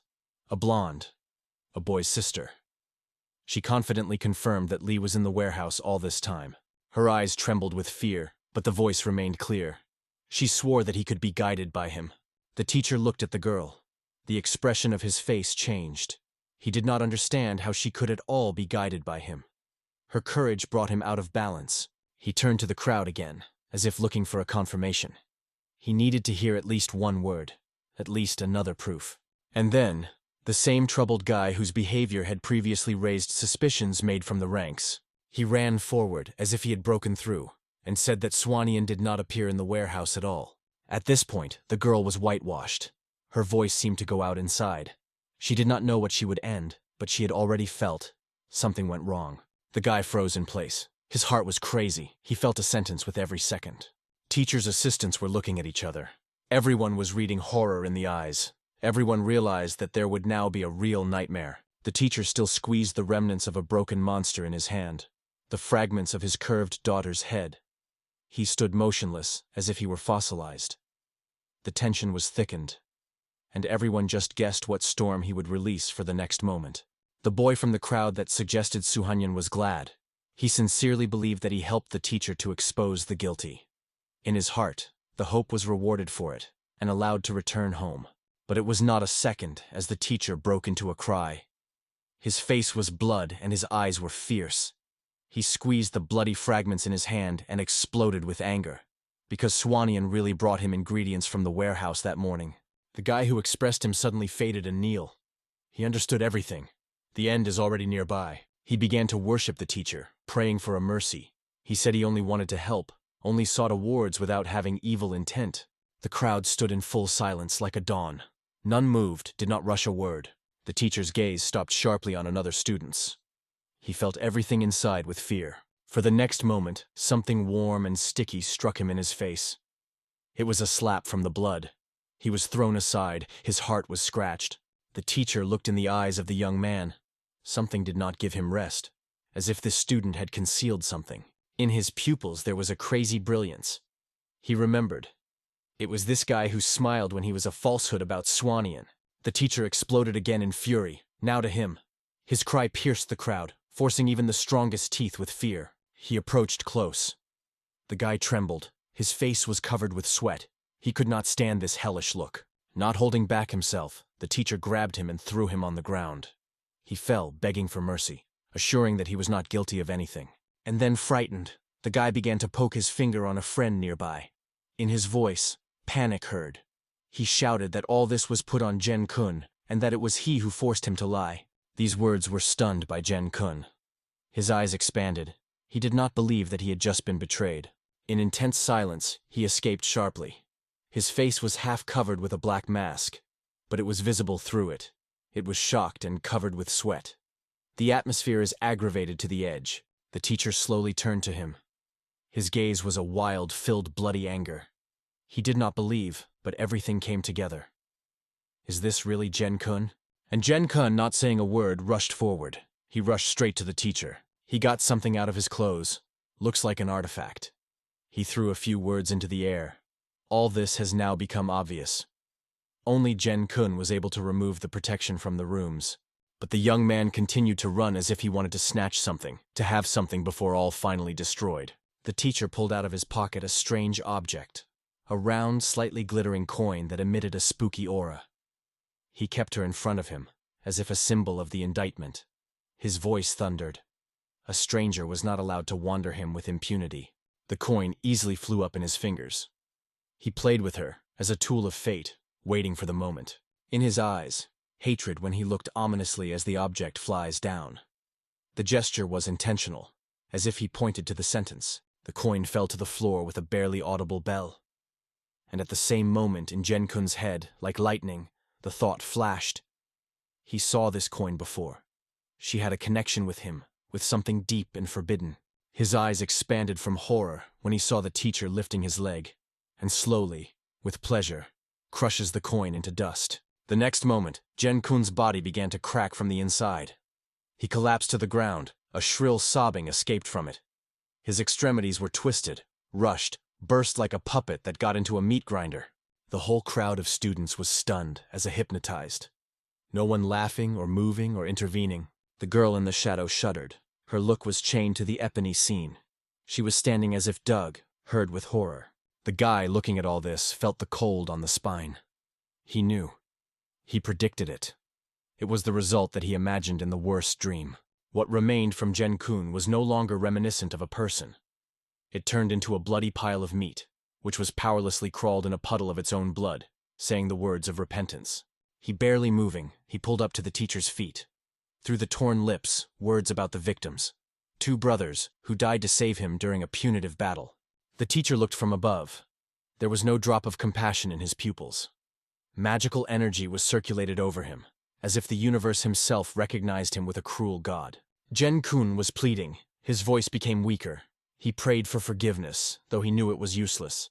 The teacher was silently approaching. Without any emotions, he set his foot on Jen-kun's head. He couldn't even move. The teacher's look became even colder. In his mind, Jen-kun and his brethren have never been students, only rebellious dogs that deserve to be shot. And here is one short movement. Shock. Tiny flash of meat, blood, and bone. Jen-kun's head flew into pieces, leaving only dead peace and red darkness on the floor. The story continued. The guy stood his knees in front of the giant statue of the teacher, with his arms folded, as if he prayed to God. The teacher calmly watched this, full of proud self. satisfaction. Turning, the guy listened carefully to every word of the mentor, not daring to contradict. His face remained calm, almost humble. The teacher solemnly proclaimed that from now on the guy is a full-time internal student. There was silence in the hall. All the wards fell and began to greet the teacher, praise his decision, celebrating with his new brother. But among the crowd, one student was silent in silence. His gaze was cold, annoyed. He was clearly disagreeing with his mentor's actions. The sister of the boy who witnessed this performance stood away. It shakes. From the frost seen on the skin, sweat flowed through the temples. The teacher commanded everyone to leave the room immediately.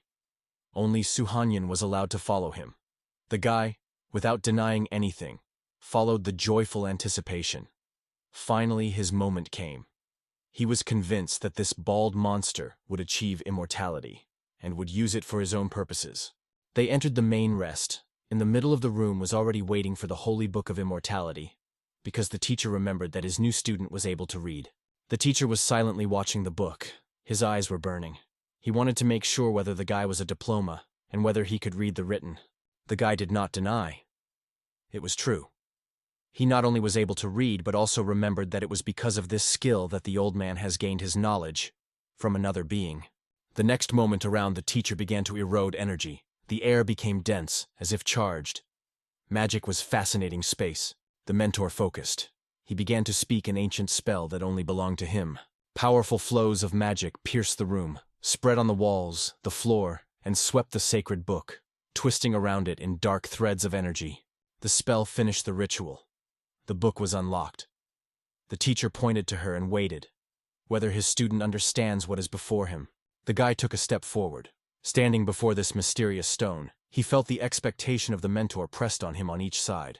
Looking at the inscriptions, he immediately realized everything he knew went from a vase with the girl's head. If he fails to unite the deception with the truth, he will be exposed instantly. In his head, lightning flashed a plan. The guy decided to rewrite the text, change its essence, adjust for himself, to save himself and everyone who can still be saved. He portrayed confidence on his face, and stated that he seemed to decipher the content of this ancient letter. The mentor immediately clenched his fists and demanded to hear the answer. His voice cut through the air like a blade. The guy, embarrassed, grabbed the back of the back. Thoughts fussed in his head. He had to choose the words carefully because not only his fate depended on them, but the whole future. The guy, slightly turned sideways, began to calmly explain that there was no recipe for the same elixir in the holy book that the teacher was taught. He heard the old man out of balance. He did not believe that everything he put in the years was a fiction. But the guy continued. The book contained the techniques of internal alchemy, which are used together with external elixirs, and they had to be activated before the new year. The essence of these practices is the absorption of spiritual energy, which once a year descends from the world of heaven into the world of mortals. Only the one who can absorb this force can achieve immortality. Hearing this, the teacher ran closer. He was shocked. He has not heard such knowledge before. The guy began to voice the recipe of one of the new elixirs. It mentioned completely different ingredients that the teacher did not even know. The old man stared at him, as if he saw for the first time. The most surprise was that the main ingredient was the recycled soul of the owner Y. Hearing the name of the owner U, the teacher's teacher, his face lost expression. A wild fear appeared in his gaze.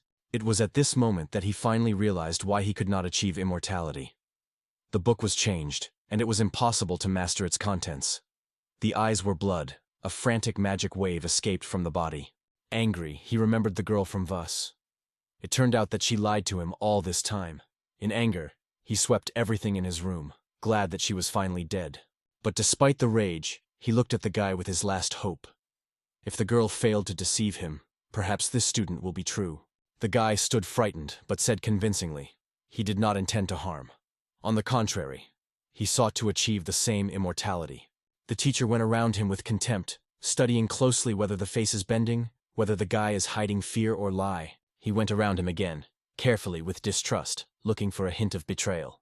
But finally, as if calming down, he put his hand on his shoulder and asked to tell more about internal techniques. What came further was a real horror. The teacher proposed to create a new elixir together, a student and a mentor, side by side. It was to be the culmination of their path to immortality. But before starting, he wanted to check the truth of the boy. And if everything is right, then he will finally get what he wants. The guy stood like a trap. Powerlessness pressed on him from all sides. He only had to nod. He agreed. In the air, a depressing silence prevailed, as if the world was frozen in anticipation of a storm that was about to explode. Twisting his back to the teacher, the guy felt the pressure, the fear that the truth would be exposed, squeezing his chest. On the way home, he was struck by a thunderbolt that he had faced with his eyes. The sight made the heart to freeze. The sister stood directly in front of him, and all the teacher's pupils were silent, but with a look, full expectations, and hope. The guy sighed deeply and said confidently, "If he returned alive, his promise is still valid." In their eyes, faith burned. They sincerely hoped that they would soon be able to see the house again. Suddenly, a choir of votes came over them. All the captives dropped their people, thanking their brother. This manifestation of gratitude was suddenly frozen. It became uncomfortable, because if it were not for them, he would have died in the main hall. He would have to worship them. Even now, it was difficult for him to believe in everything that happened. Who could imagine that he would find friends among such weirdos? Raising everyone from his knees, he stood in front of them and quietly, but seriously asked for another important service. It was dependent on the success of Zinfan's escape from the temple. The sister, along with other pets, looked at him with anxiety and confusion, silently waiting for at least some words. The guy silently raised his hand with the flames that illuminated the space, and seriously asked if they heard other legends, similar to the owner of Y. After taking her brother to the door, her sister began to share the story of another evil creature, which was popularly called the Great Grandmother. The guy just shrugged. This story did not surprise him, did not seem too threatening or unusual. However, something flicked in the distance. The unknown glow gradually took shape, though they have not seen it. The sister glanced at him and whispered to be more cautious with the words. This creature could hear even the smallest whisper, despite her spooky look. About her went conflicting rumors. Someone described her as a monster with long hands, while others as a terrible dead old. Meanwhile, behind their backs, a distorted essence with an ugly face began to emerge, and the sister continued to warn. It is not necessary to say her name aloud. But the guy did not restrain. Curiosity won fear. The conversation became more intense, and the atmosphere was more anxious. And here the space around seemed to explode. A giant clawed hand appeared from nowhere, and the boy had blowing an unbearable gust of wind. The sister continued to explain. If this creature looks you, she will go in search, and if she finds, you will become part of it. But something with the girl himself began to change. Her face was shot into a terrible grimace. Her eyes turned into a giant mouth full of sharp teeth. It all looked like an ominous illusion from which the frost went on the skin. The guy was engulfed by a true horror. He heard and saw him from the panther. He could not comprehend whether it was real, but all that disappeared. The sister stood in front of him again, keeping the fire, and asked if he liked that story. He looked at her silently, not yet come after he saw. The words stuck in the throat. Reality and the nightmare mixed. The guy wondered, "It is possible to become one with this grandmother, if you be near." In this strange world, everything seemed possible. He thanked his sister and asked if there was someone who heard such stories. A few wards raised their voice at once. They also had something to tell.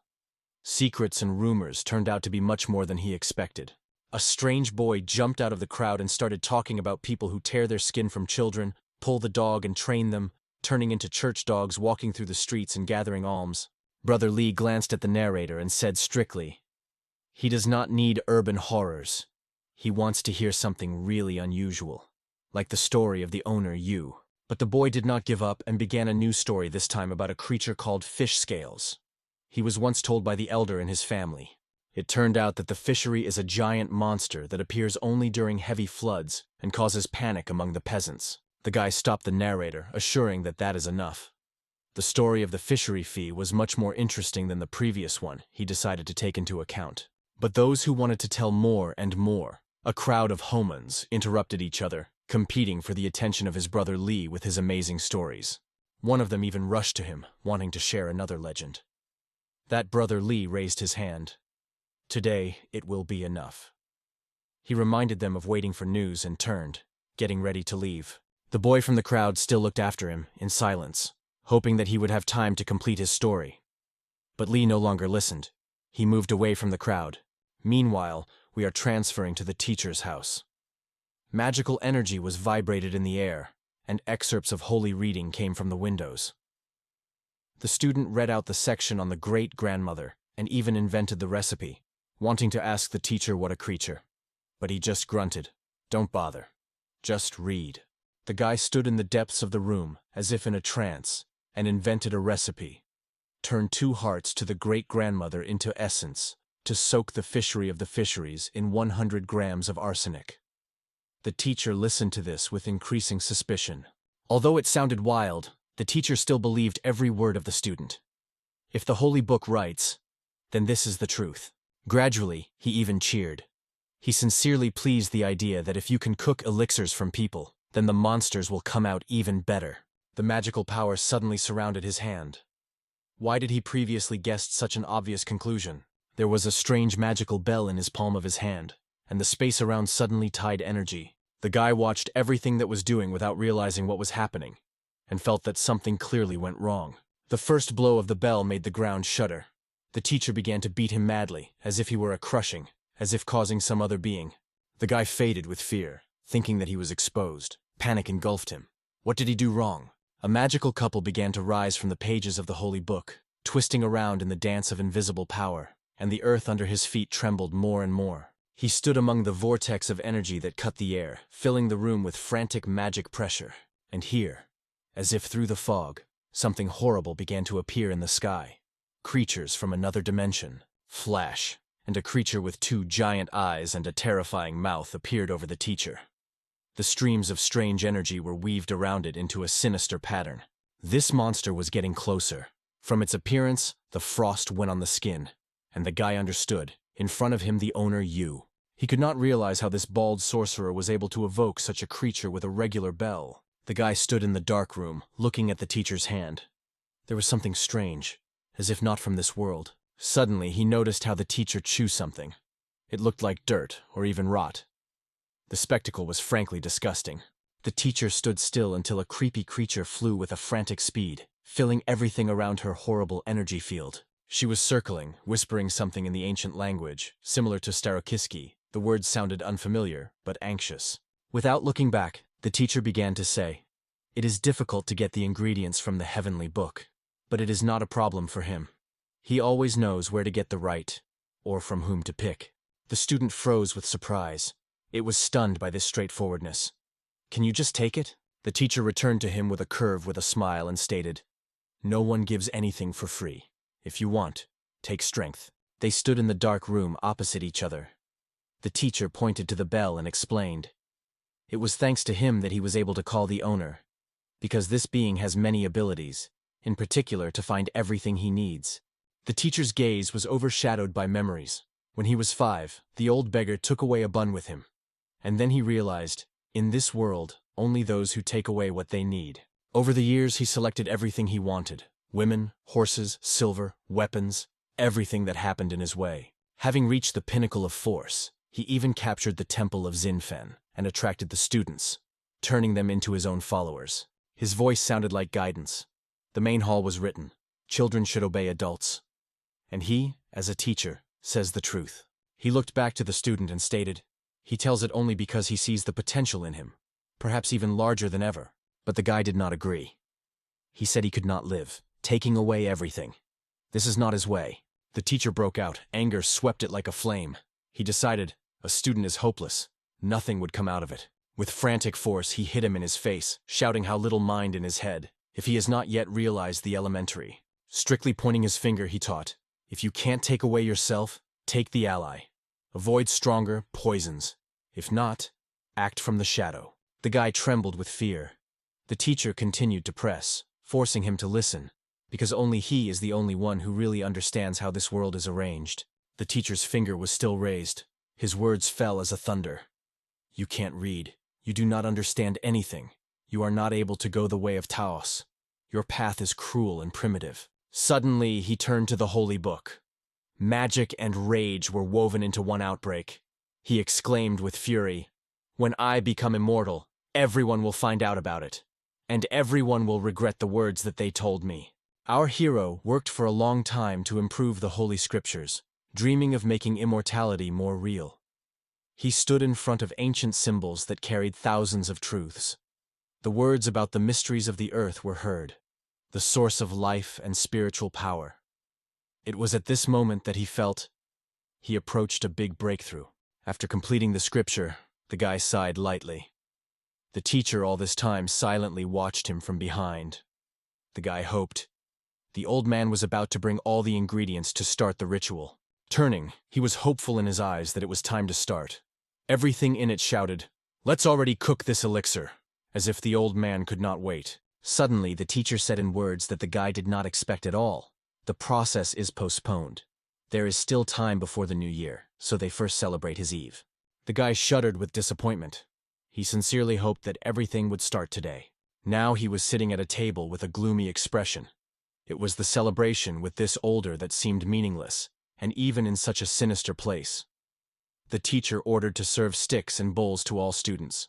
Gathering students around the table, he cheerfully proclaimed that the celebration of the New Year's Kanun was officially starting. And immediately he pounced on food. Dumplings with bacon disappeared in his mouth at a lightning speed, as if he had not eaten a week. The students froze in front of their bowls, not understanding that they were required until the teacher thundered again, "Eat!" Did they look at those plates with distrust and disgust? Is it a festive dish? Leaning over the food, everyone was silent. It was impossible to eat, and the words were superfluous. With a dissatisfied face, the teacher grunted that they did not know how lucky they were. In his youth, he did not know what dumplings were. He began to tell how once the new year heard a delicious aroma from the next home. The girl from that family begged her parents to miss him and treat him with dinner. It was then that he first saw the dumplings, and that moment he was etched in memory forever. Recalling, he continued to shook them like a pig. His mouth was dirty and his stomach almost cracked. Lee's brother stretched to the plate and put the dumplings on his mouth. His face twisted immediately from dissatisfaction. When he started chewing, the snot was flowing from his nose. It was difficult to say whether it is taste or emotion. In the mind, frames from the past came. Once the new year looked different. The tables were breaking from different dishes, not just from dumplings. Everyone gathered together, laughed, shared warmth, and created a real holiday. These memories involuntarily touched the string in his heart. A slight shadow of sadness appeared in his eyes. He was sitting over a bowl with dumplings, barely holding back tears. Memories of a real holiday with their relatives squeezed their heart and treacherously brought their soul. Suddenly his hand reached out to him, his teacher's hand. The teacher put his palm on the guy's shoulder and quietly, almost jokingly, he said, "When you cry, do not swallow too slowly and then you go down." But the tears were already flowing with streams. The boy's face was flooded with water, and he could not believe he was crying. He was hurt and sorry. Passing him, the teacher threw, "If you do not want, do not put on the pillman," holding red envelopes that glowed with fire. He went around the table and gave out red envelopes to all the students, ordering them to put them under a pillow before bedtime. The students thanked the teacher for the gift. Even in this strange city, such a trifle caused warm feelings. But the teacher waved his hand. "They say do not thank, just Happy New Year." One of the wards, happily holding the envelope, sincerely congratulated the teacher on the holiday. He stood before everyone. His eyes became deep and black like a night sky. Throwing the envelopes up, he wished loudly, "Happy New Year, children." Going to the rest of the students, he said that each of them has a separate envelope. But when it came to Swanyan, who chewed the dumplings, the teacher stopped and said, "You don't need money," and did not give an envelope. With an Ecadine smile and a piercing look, he added, "We will achieve heavenly immortality together. As a teacher and a student, we will rule the sky and the earth together." The guy looked at him with anger, with frank hatred. At that moment he hated him sincerely. But he had no power to dispute. Time has passed and we go back to history. This time everything went like oil, no failure. The teacher, lifting his hands, lifted a shining alchemical sphere, similar to yin-yang to the sky. In his heart, unwavering confidence prevailed. This time there will be no mistakes. He believed that he finally achieved that he had slipped out of his hands for years. The guy, watching him, barely held back a smile. He was not afraid of this bald fanatic. It was funny how easily he believed in his lie. Everything is for one thing, to make sure that the guy speaks sincerely and share with him immortality. Sitting opposite each other, the teacher and the student were cooked by the elixir. The cauldron threw out the outbreaks of energy, which was overtaking all around, like a thick fog. The teacher handed the student the first pill. They say, "Let him eat. If something goes wrong, he would save him." The guy thanked politely. He took the elixir without hesitation in his mouth and looking forward to when this old fool did the same thing. To finally breathe. The charming pill slid across the throat and the guy felt the power from the inside. The teacher watched him closely at him. In his eyes there was a hard expectation as if he were looking for a trick. In the fingers of the teacher, a cigarette, from which the smoke slowly raised, wrapping his face with a haze of rest. Suddenly, the student's body illuminated the rapid energy. It spread his body, pulled out, causing lightning impulses. His hands expanded, the muscles strengthened, and his eyes opened wide. He exclaimed with favored confidence that he understood everything. Now he would become immortal. The teacher, still with the elixir in his hand, did not look out of his eyes, enchanted by transformation. And with the same power, he put a pill in his mouth, hoping to become immortal. The air around the energy was thickened. It broke the space, splashing from both bodies, student and teacher. Suddenly the guy roared from unbearable pain. His stomach pierced, and blood was flooded from his mouth. He fell to the ground, coughing with blood, with the last hope that that bald scoundrel is about to be fulfilled. Although he was torn from the inside, the guy did not look out of the teacher. He wanted to see his end. But the teacher did not fall. He screamed from frenzy filled with excessive force. His energy struck all the way like a thunder. And here the guy finally exclaimed, "You will not become immortal. All recipes are my fiction." Landing from the ground, he squeezed another pill in his hand, the last.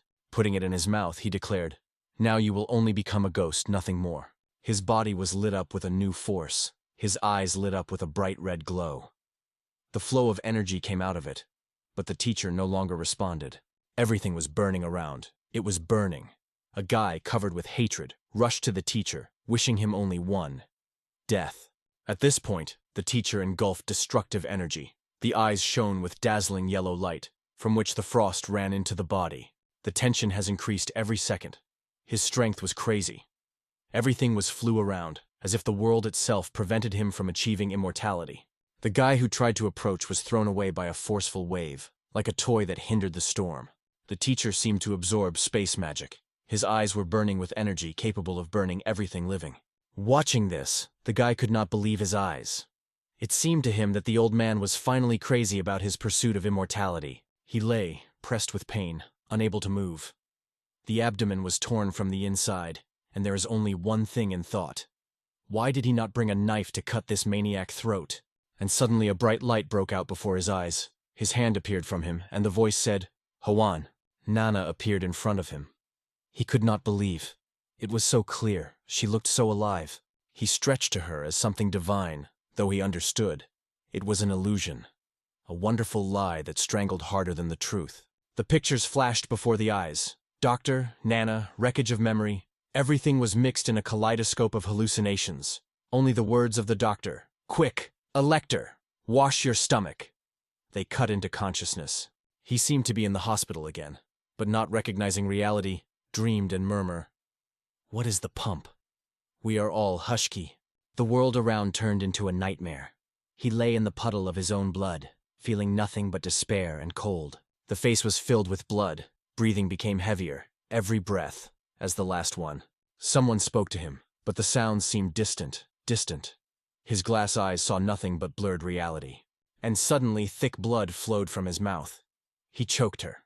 The whole body shuddered in convulsions. He rolled on the floor, exhausted, coughing the poison, as if trying to expel his death.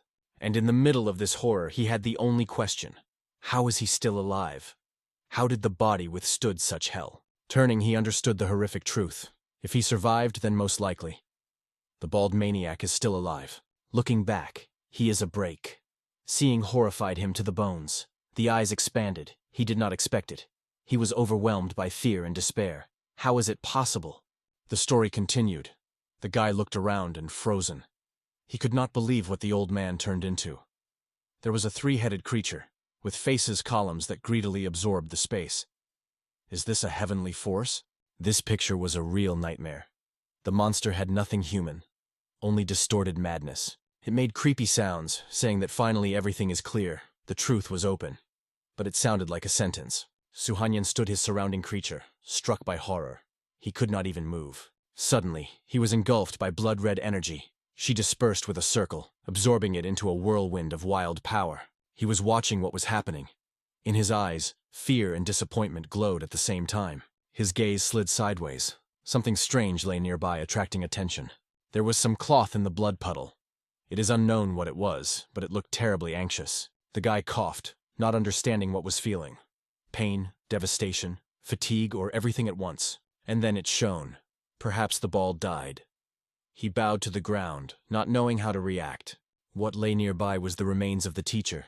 He took them in his hands, trying to understand why he is alive, not the one. His eyes remained full, but he knew this is not the end.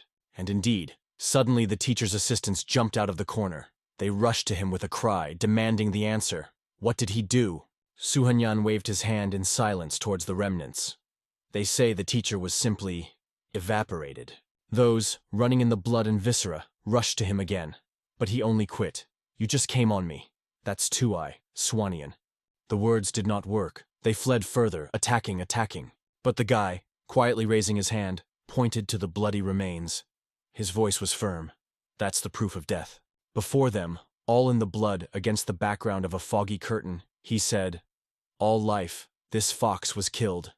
And although he deserved death for a long time, I did not kill him for it. We had personal accounts." Without listening, the two turned around and ran away, covered with panic, as if they were fleeing from hell. And suddenly, he appeared in the air.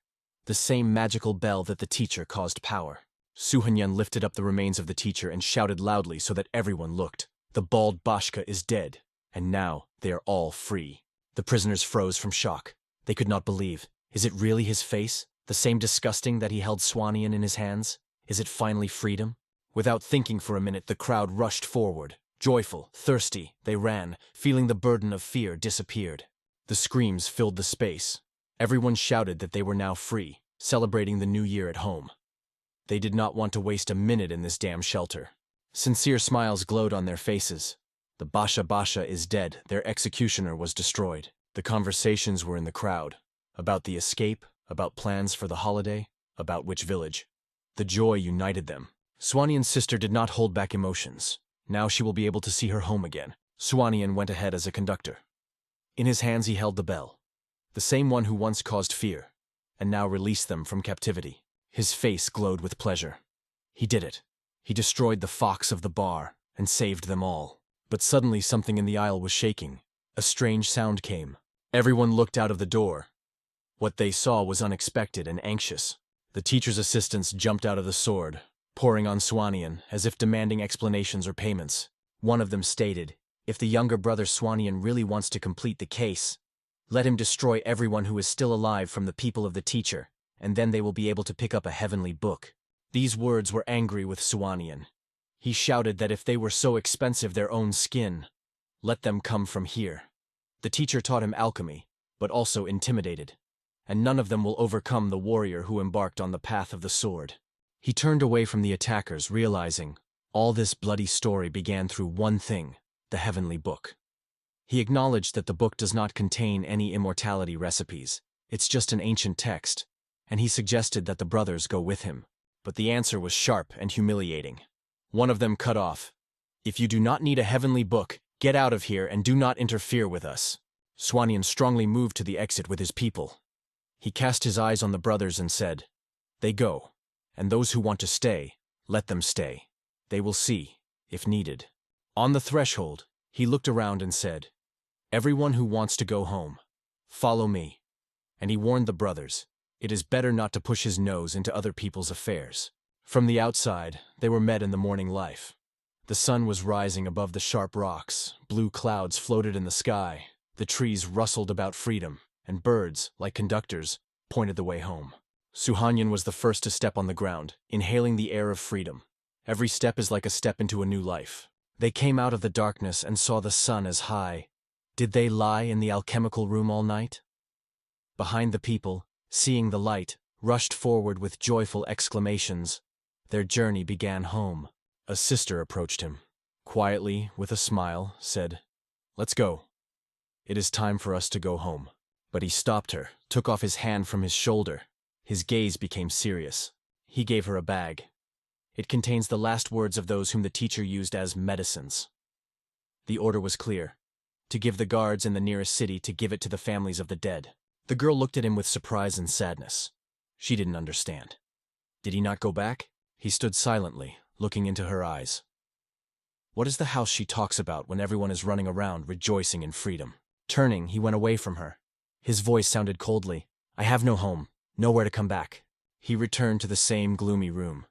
He lay down to the place where it all started. Today was the first day of the new year, and he did not accept any of those black tentacles. He was curious.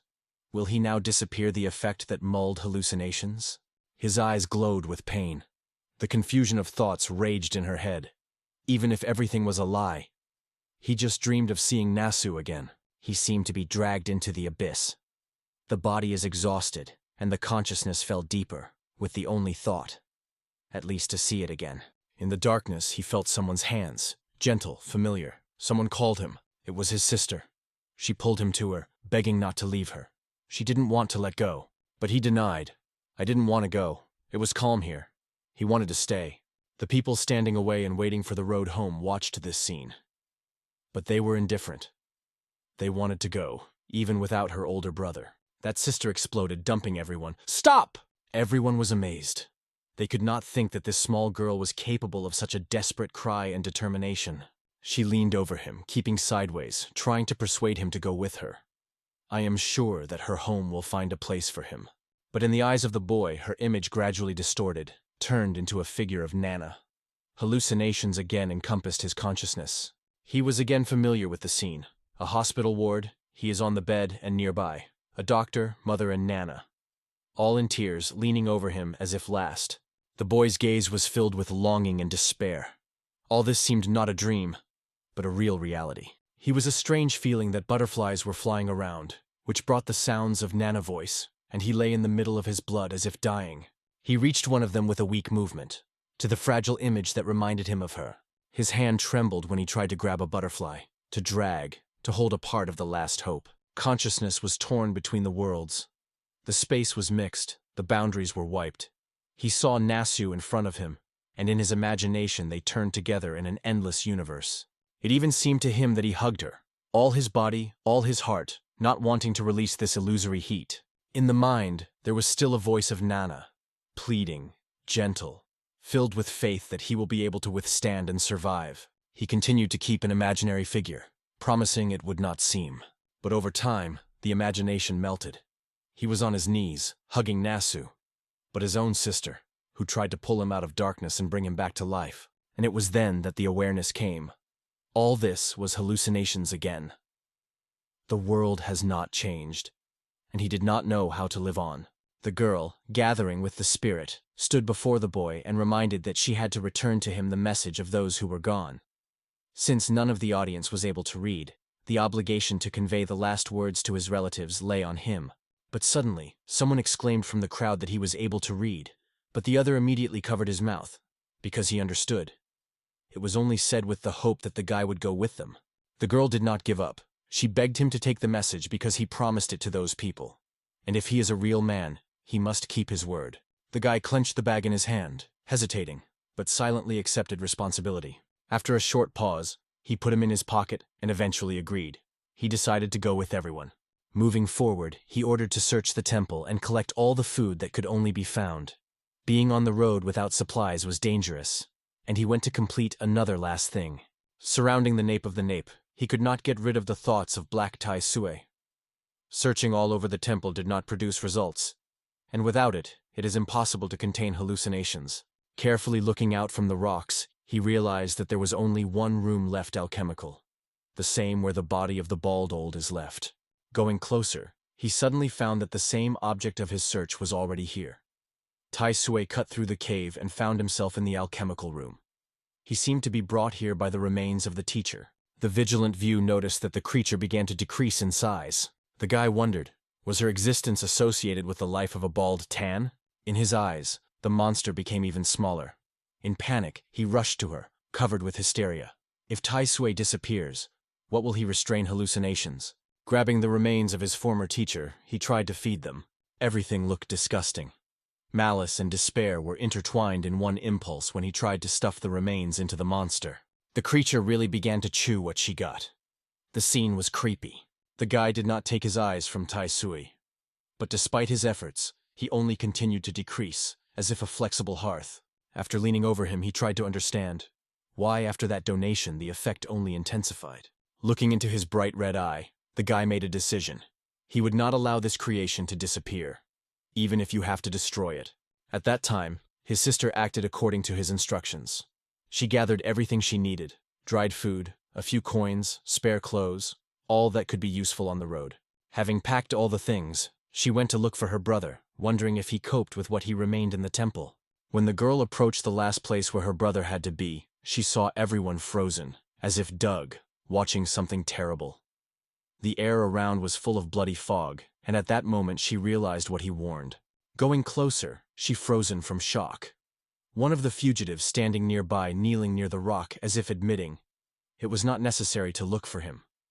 Others also looked frightened, their faces pale in anxious silence. A spooky scene opened in front of them. The guy was on his knees, bloody, embarrassed by incomprehensible emotions. His appearance was more like a wild beast than a man.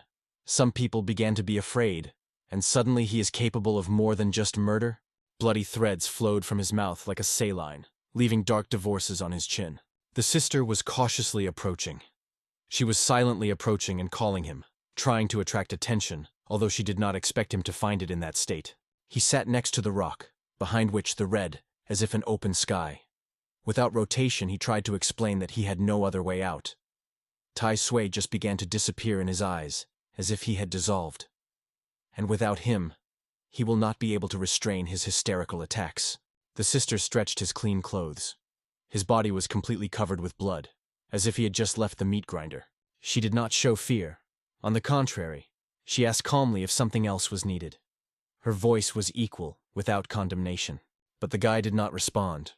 His look was empty, his face rigid, almost brutal. He ordered her to leave. They say they still need to complete something. After dressing, his appearance changed. He went to the next room where everything was surprisingly quiet. 3 older brothers seemed to finally settle their conflict. Going inside, he turned to the brothers, hoping that the quarrels were already completed. However, instead of reconciliation, he saw something different. What made him go? On the floor, among the silence, the bodies of the brothers lay. All 3 are dead. A sword appeared in his hand, from which fresh blood flowed from the blade. Slowly he pulled his sword from one of the brothers and left him. He will no longer need the dead. The story continued in the walls of the Fen Price Temple. The guy entered the room where the very celestial book was stored, the center of all the madness that happened. Looking at her, he thought what to do. If you leave the book here, they can find it. And then it is even scary to imagine how many new tragedies it will give birth again. Suddenly, mastered with determination, he was filled with force, raised his sword and struck the book, a desperate, full of anger. However, in the next moment the sword exploded on small debris, scattering on the stone floor. The book proved to be surprisingly strong.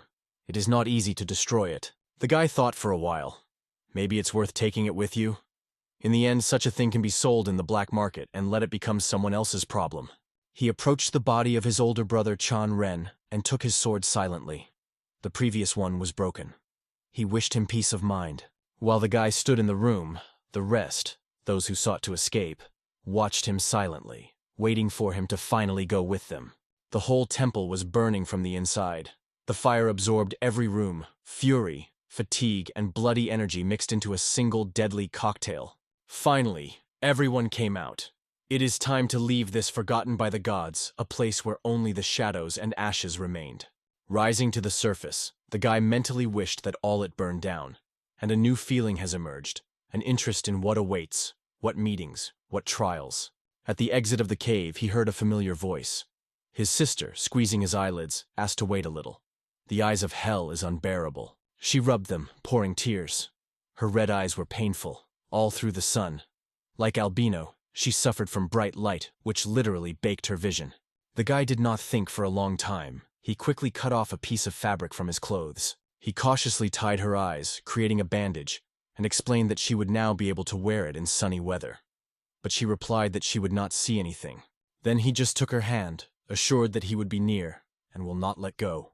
The story was transferred to the dark and gloomy forest, from which muted human voices came. One boy, urgently looking for a place for need, went aside and sat down under the bush, although his father was already calling him further. Sitting under a tree, he could not relax. He was annoyed with his father, who did not leave him rest even for a moment. Suddenly, strange sounds began to sound around. Rustling in the bushes made him alert. The guy turned sharply, covered in fear. The look slid in the bushes, the trees creaked, and anxiety was felt in the air. But not seeing anything, he exhaled lightly. He thought that it was probably just the wind, and he was frightened. Returning to business, he sat down under the tree again. He was convinced that he was heard. But in reality, the shadow was already hanging behind him. Some strange, ghostly creature slowly emerged from the darkness. Meanwhile, in the middle of the forest was a cart where the boy's family traveled. The ghost energy began to cover everything around, as if it were in an invisible grip. Scared to the edge, everyone jumped from the cart and hid under it. Eyes are full of fear. They begged their father to find a way out, to do something. However, the father was paralyzed by fear. The tension has increased. From the creature that hung over them, warned inhuman cold. In despair, he fell to his knees and began to be pleased to make his family. Each of them had a hard life, and they just sought to survive. But when he lifted his eyes, he saw stunned. The facial expression became even more distorted, full of despair and fear. A spooky creature with a greenish face that was difficult to call human. It asked him, "Does it look like a person, or as God?" The father continued to worship, not understanding what this creature wanted. Did it really come for one question? His face tensed. He understood. A mistake can cost everything. He replied in a trembling voice that he sees God in front of him, and at the same moment the earth under his feet seemed to shudder. The air squeezed. A heavy, anxious silence reigned around. Frightened, he hurriedly began to give up what he said, bowing even lower. No. Of course, man. Only a person. The most real. The story returns to his brother Lee and his small group, which continued to escape from the creepy city. He walked ahead, and his leg accidentally fell into something disgusting. It seems like uncleanness. Their path ran through the same forest where spooky events with the ghost continued. In the depths of the forest, his father still stood before the ghost, continuing to worship, not believing that he could make a fatal mistake, calling that God. One of his brother Lee's satellites leaned his hand at the tree, stopping for a moment to look at the terrain. Moving further, they accidentally came across a place where one boy was needed.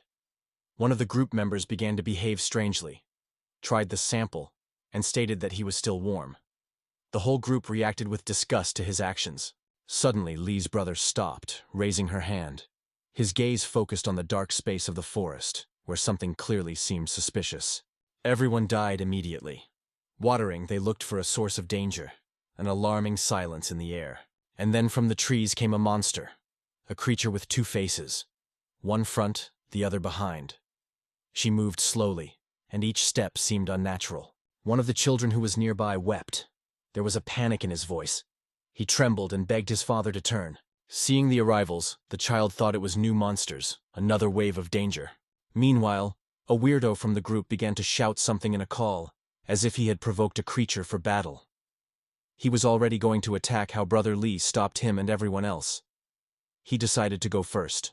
At this point, the ghost was glad. New guests added food, perhaps even a challenge. Brother Lee approached him, trying to understand that the monster in front of him. His voice was loud, but his eyes remained wary. The answer was scary. The ghost muzzle expanded. The eyes were blood. The appearance became ugly and inhuman. He called himself a man, but Lee did not restrain him. He pulled his sword and rushed forward. His thoughts were boiling. The only goal was to hit the first to gain an advantage. The forest turned into an arena. The storm rose from all sides. Lee rushed forward, like a real hero, bypassing his companions and a cart. Filled with determination, he threw the sword right into the monster. His figure was distinguished by courage and complete lack of fear. But the monster did not even shudder. A distorted, disgusting smile appeared on his face. The sword was approaching, but there was no fear in his eyes. The sword blade walked through his head, and the creature shook a little back. But the effect was minimal. The guy realized that ordinary weapons did not have the power against this creature. But like a frantic beast, he rushed again. And then he remembered the last remedy, a golden bell. When he struck him, the world exploded with light. The ghost began to dissolve in the air. His face was distorted, and the space around was shining as if it were about to explode. One of the children who hid among the bushes watched the whole spectacle with a widely open mouth. unable to believe the eyes. A father, who had said goodbye to his life, slowly lifted his eyes and froze. A scene worthy of legends unfolded in front of him. The monster shook her teeth, and the earth under her feet shuddered, as if nature was shaking from the bell's strength. The ghost was smeared as if a lump of dirt under an invisible force. The guy watched this with an internal confirmation. The bell really works. This copper artifact was the key to winning. The ghost figure began to rise into the air, exploding the flashes of destructive force. Everything around was lit by a dazzling bright green glow. In a few minutes, everything subsided. In the place where the monster just stood, there were only smoke and a few red spots that were quickly dissolved in the rustle of the forest. With the victory came peace. The travelers ignited the fire, and the old man, even trembling, began to thank the guy, calling his master because he saved them from death. The old man tried to express his gratitude, but confessed that his family is too modest and had nothing valuable which he could thank. And yet, with gratitude, he reached out to the boy's old tube, they say. Let him be reflected a little after such battle. But the guy refused. He said he did not smoke, and instead asked, what was it at all for the monster? The old man, without losing respect, explained that it was a young Taos. His answer was surprised by the guy. He was even more amazed by the fact that the monster so persistently asked to call himself a man. The guy folded his hands and thought about these words. He later asked if they had a map, because his group was already getting lost in the forest. The old man looked at him with hope. The father replied that they have no cards, but they know these places well and can draw them with all the paths. With his arms folded, he stood in front of the guy, trying to offer something more. If their paths match, they could go together. He secretly hoped that he would agree, because he felt such a force would be the best protection against evil, which was pursuing their family for too long. The guy looked at the old man with a serious face, saying that he still needed to visit many cities. He remembered that he had helped captive girls to escape and should now take them home. Everyone listened to him with hope in his eyes, but the guy added that his duties would not end there. There were those who will never return again, and it is he who should convey news to their families. The old man listened silently, did not interrupt anything. It all became clear. This young man carried the burden not only of strength, but also responsibility. After the pause, he took a thin stick and began to draw something on the ground, creating a rough outline of the map. When he finished, he explained that it was a terrain scheme. However, the guy could not even navigate where they are now. The old man pointed to a specific point on the scheme and explained that they are now on the way to the city of Wow. Wandering along the lines, he described the route. First, Wow, and from there to Janie, their ultimate goal. The guy was a little surprised that everything looked so simple. Yet it was an era of 5 dynasties and 10 kingdoms. The country was divided, without a single government. The old man smoked the tube and, letting the smoke, asked where he would go if he got into the kingdom of Lano. It was evident that he suspected something. In his voice was a note of distrust. Does the young Daos really intend to go there? Approaching the fire, everyone sat in a circle. The old man continued, saying that Lian was far away, and moreover, a few years ago there was a war between their peoples. The guy listened to silently without denying anything. His sister sat nearby. Leaning over the fire, she listened silently to every word. Subsequently, she lifted her eyes to her brother. In her view, there was a quiet hope, because it was this kingdom that was her home. The guy met her gaze and, without hesitation, assured her, which would bring to the very end, and would take her home, despite everything. The old man spoke again. To get to Liang, you first need to go through Chain. He sincerely hoped that they would go together. One road, and traveling the group is safer. Suddenly, one of his children turned to his brother Li, remembering that their family is now in Janie, and that the city has a well-established service. The boy continued explaining, if you have silver, you can send a message anywhere throughout Nanpin. Hearing the familiar name of the city, Brother Li shook his head sharply. Something has changed in it. A part of the past came in memory. He put his hands on his knees, stood slowly and agreed. It is worth going together. Returning to the old man, the guy nodded silently and confirmed. They head to Janie. This decision sincerely pleased the old man. In his eyes there was a relief. Their path began with a spark. A fire lit on the road, left a warm trace. The shadows of travelers stretched along the trail, slowly disappearing in the depths of the forest. The wheels of the cart left deep traces on the soft soil. On the way, a calm dialogue, which mixed the topics of life, path, and life, mixed. The group was moving further, and the guy was interested in how things were doing in these places. He was interested in the culture, the possibility of performances, the mood of people. They passed by the field where the common people worked. The old man explained, "In these parts of life it is difficult. There was recently cruel drought, and later it was changed by the devastating flood. People have lost everything, even the bread is daily." Riding on the donkey, the old man thought out aloud, "If people eat nothing, then the singers and the tip will not remain." The guy was surprised. Did not any rich or rural aristocrat be left here? Then they met a flock of children. Those surprised looked at the giant from the group, enthusiastically considering his figure. The giant, noticing the children, greeted with a smile, good-natured hand, but the expression of his face seemed to the children to be brutal. They scared, they shouted, calling him a monster, and rushed to run away, calling her mother. The children in a panic fled from this giant that carried the baby on the shoulders.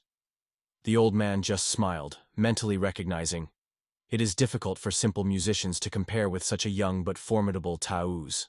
The old man was fond of. At such a young age, the guy had the power that aroused respect.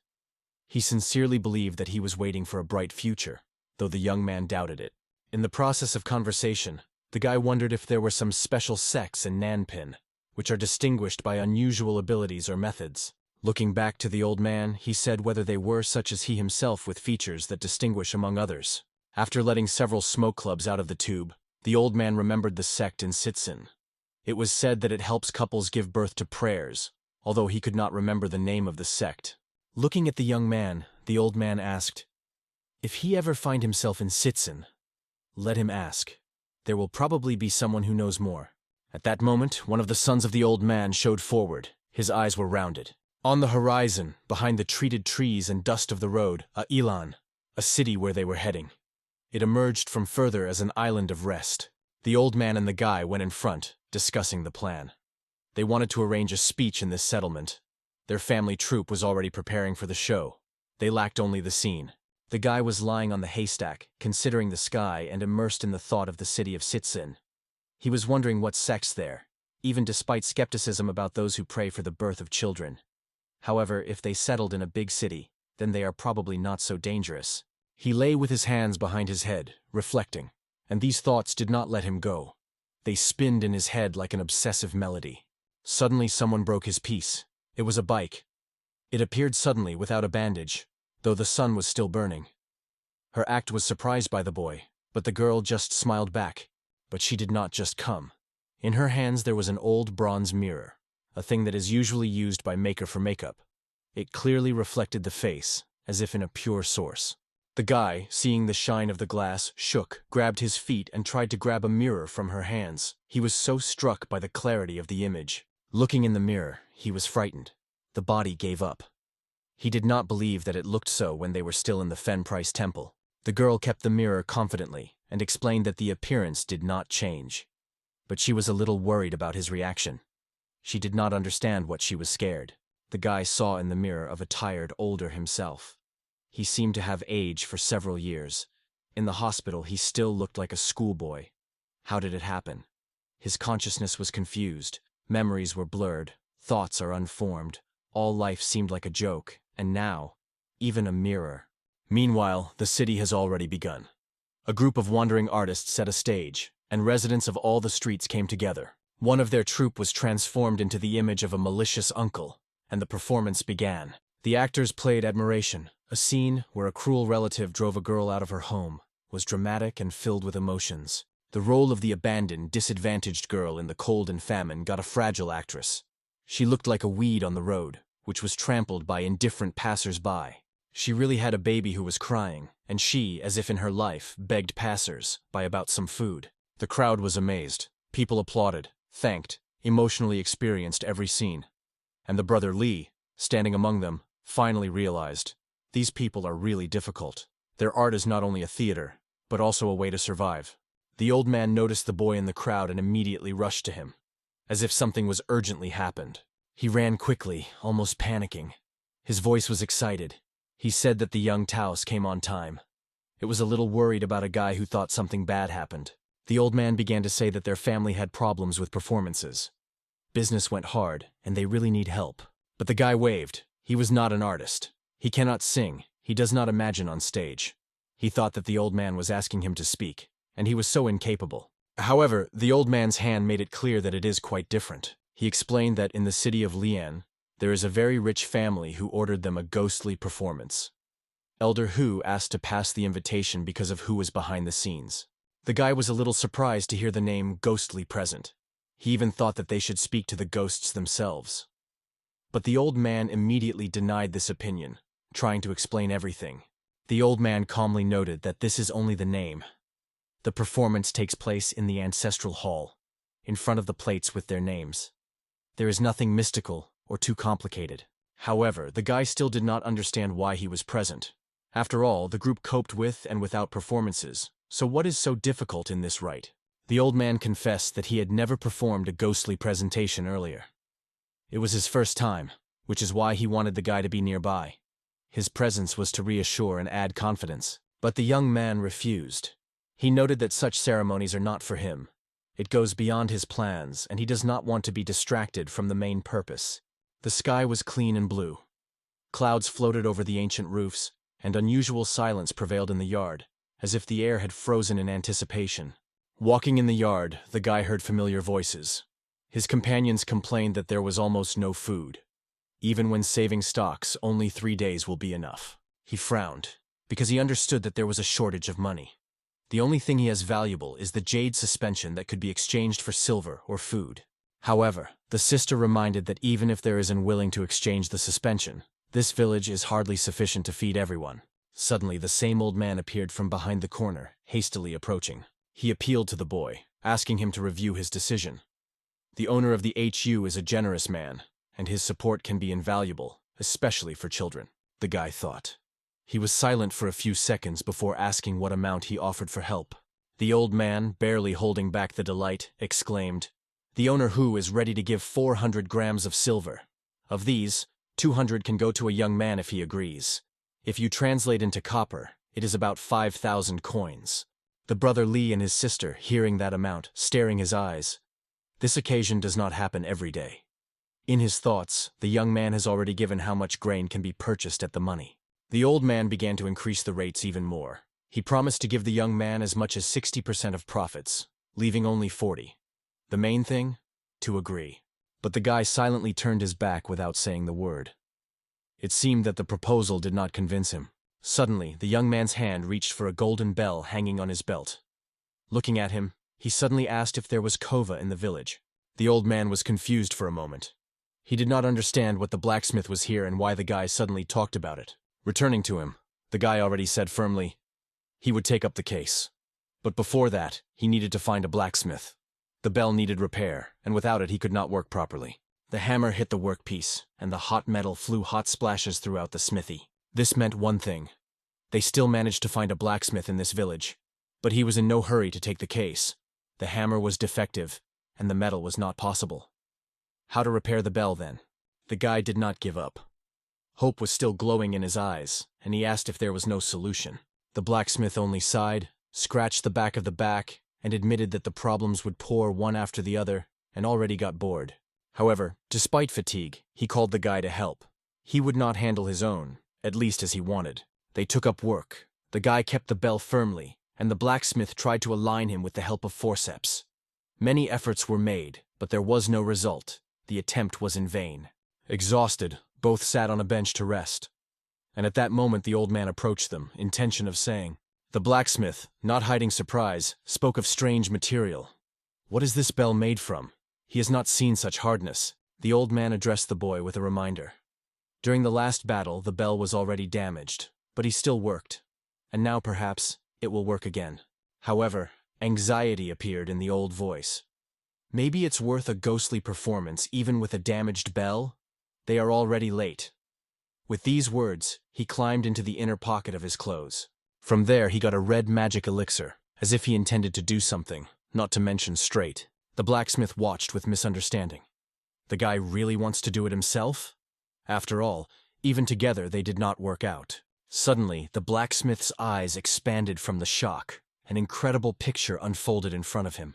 The guy drank the elixir, and something in it changed instantly. His eyes flashed with dazzling light. Energy flows were erupted outside, turning into rays. There was a demon, like force in his hands, and he began to correct the bell alone.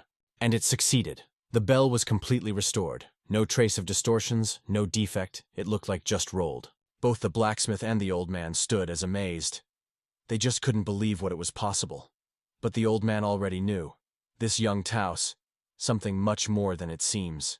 Later the guy went beyond the village. In front of him, the river with a stormy current stretched, and the rocks covered with greenery climbed over it. He stood over the cliff, concentrated and thoughtful. Keeping the bell in front of him, he understood. It is time to check it. Before going to the ancestral hall, one cannot risk. He called lightly and the sound came out pure. It was a sign. Repair really succeeded. But then the guy remembered the force used by his teacher.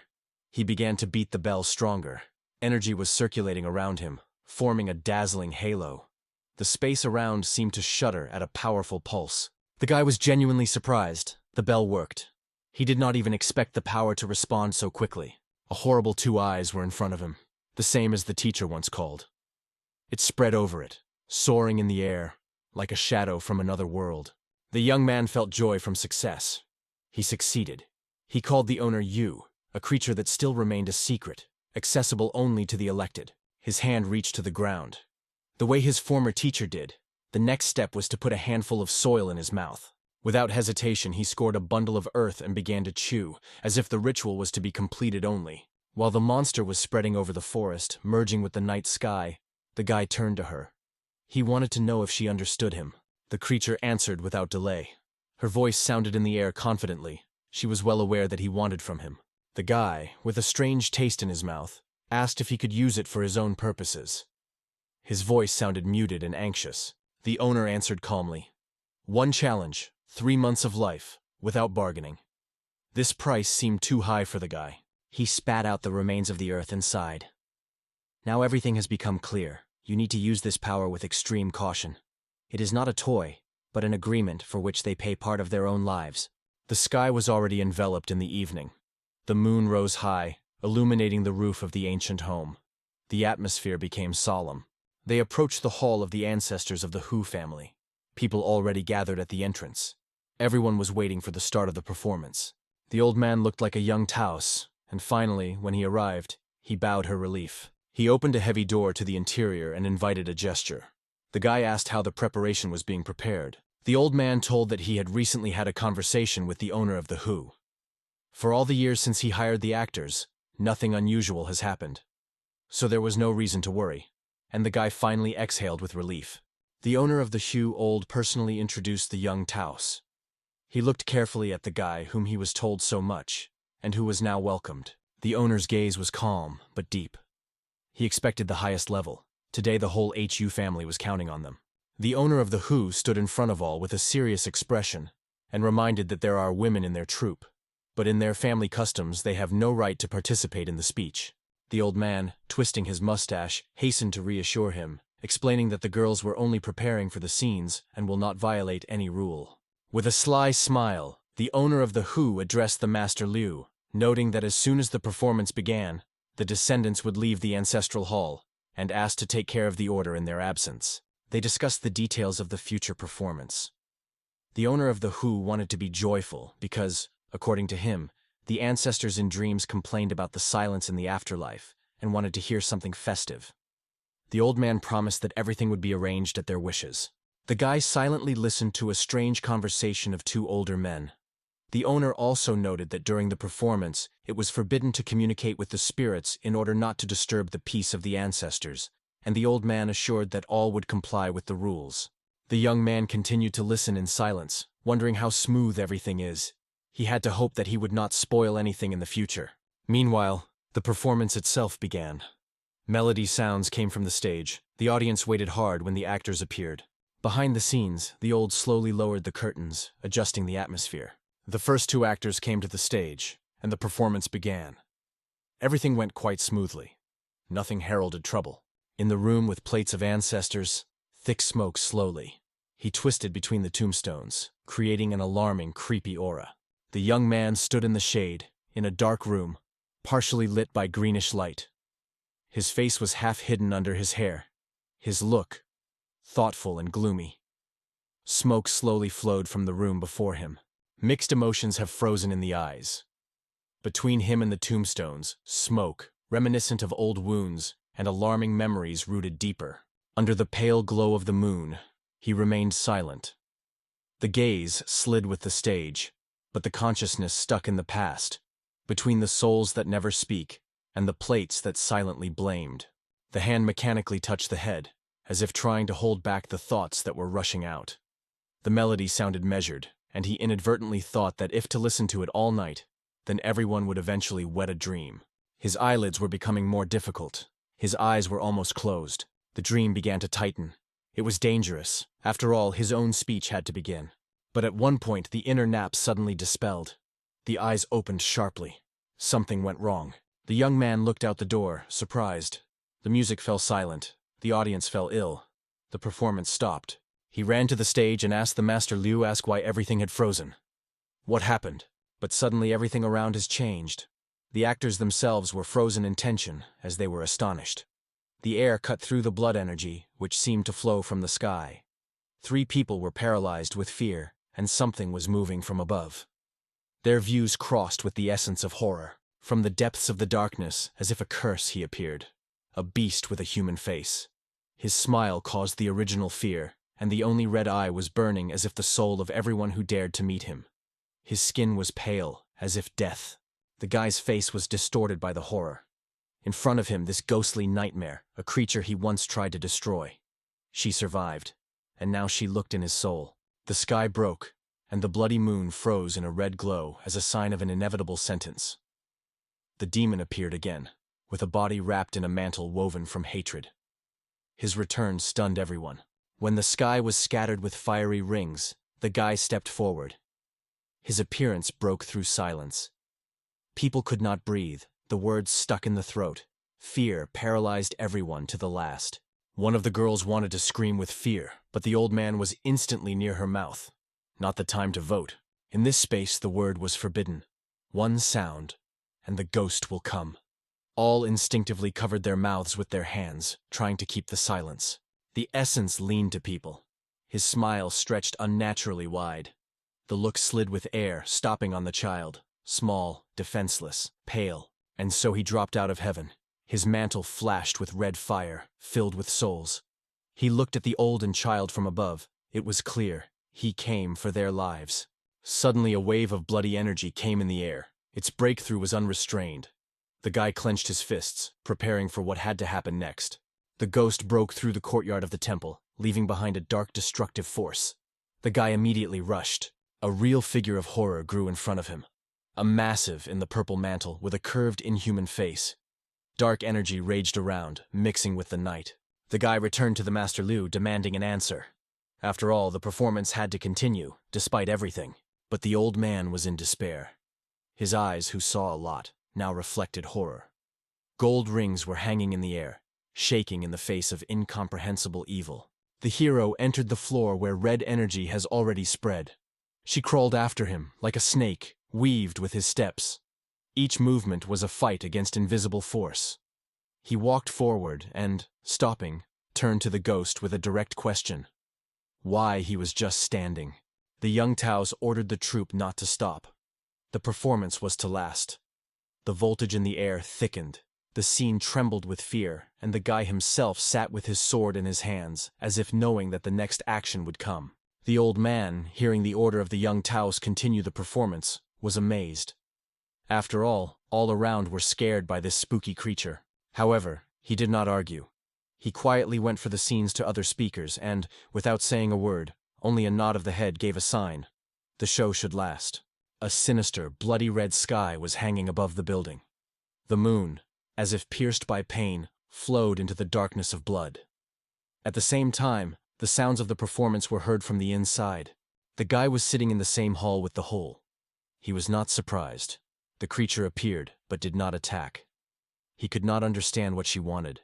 A monster, with red eyes and a terrible, ugly peak, calmly watched the performance. It even clapped in the palm of hand until blood energy was flowing around it. The young man could not believe what he saw. This creature not only does not threaten, but also seems to be genuinely enjoying the play of the actors. The alarming doubt began to be done. Perhaps the ghost really came to look at the play. But at that moment, it began to occupy a strange red fog. The space was filled with heavy, saturated, almost liquid fog. He spread like a poisonous substance, grabbing the room. The actors performed on stage, but with anxiety in the voices. Every word was uttered with caution. The fog braided the scene denser with every moment. The girl who played one of the roles spoke replicas through tears. Suddenly she noticed how a red, living, almost breathable substance covers it. In front of her, like a nightmare, there was a scaffold. His body was poured in blood, his face was terrified, and his eyes were buried by fear, the tears streaming from her eyes, and the nozzles were drained from her nose. She trembled, unable to look away from the monster that pervaded her with a cold look. And then a strange object appeared in his hand. It resembled an explosive or something even more dangerous. His face became even more sinister. In the air, magical energy began to thicken, weaving creatures and smoldering around like a flame. With a creepy confidence, the cherry opened his mouth and began to put this strange thing inside.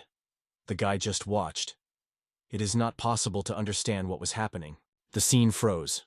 Everyone kept breathing. They were covered by a bloody fog and fear of happening the next moment. The smile of the creature became even more pointless. She covered the whole face, causing a pulsating feeling of horror in the environment. The girl with crying eyes stood, barely holding back the cry.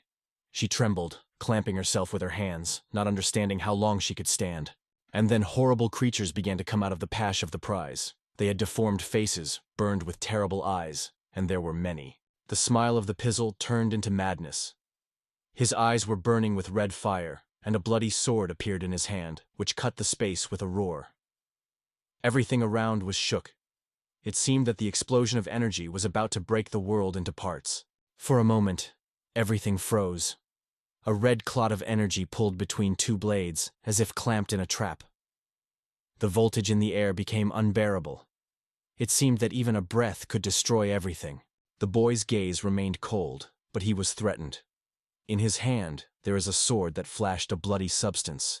He realized that this monster absorbs is not a candle, but a true fear generated in the hearts of people. The darkness around was squeezed. 1 second, and the world will decide who is stronger. The ghost and the guy stood in front of each other, like two opposite worlds, ready to collide at the point of non-return.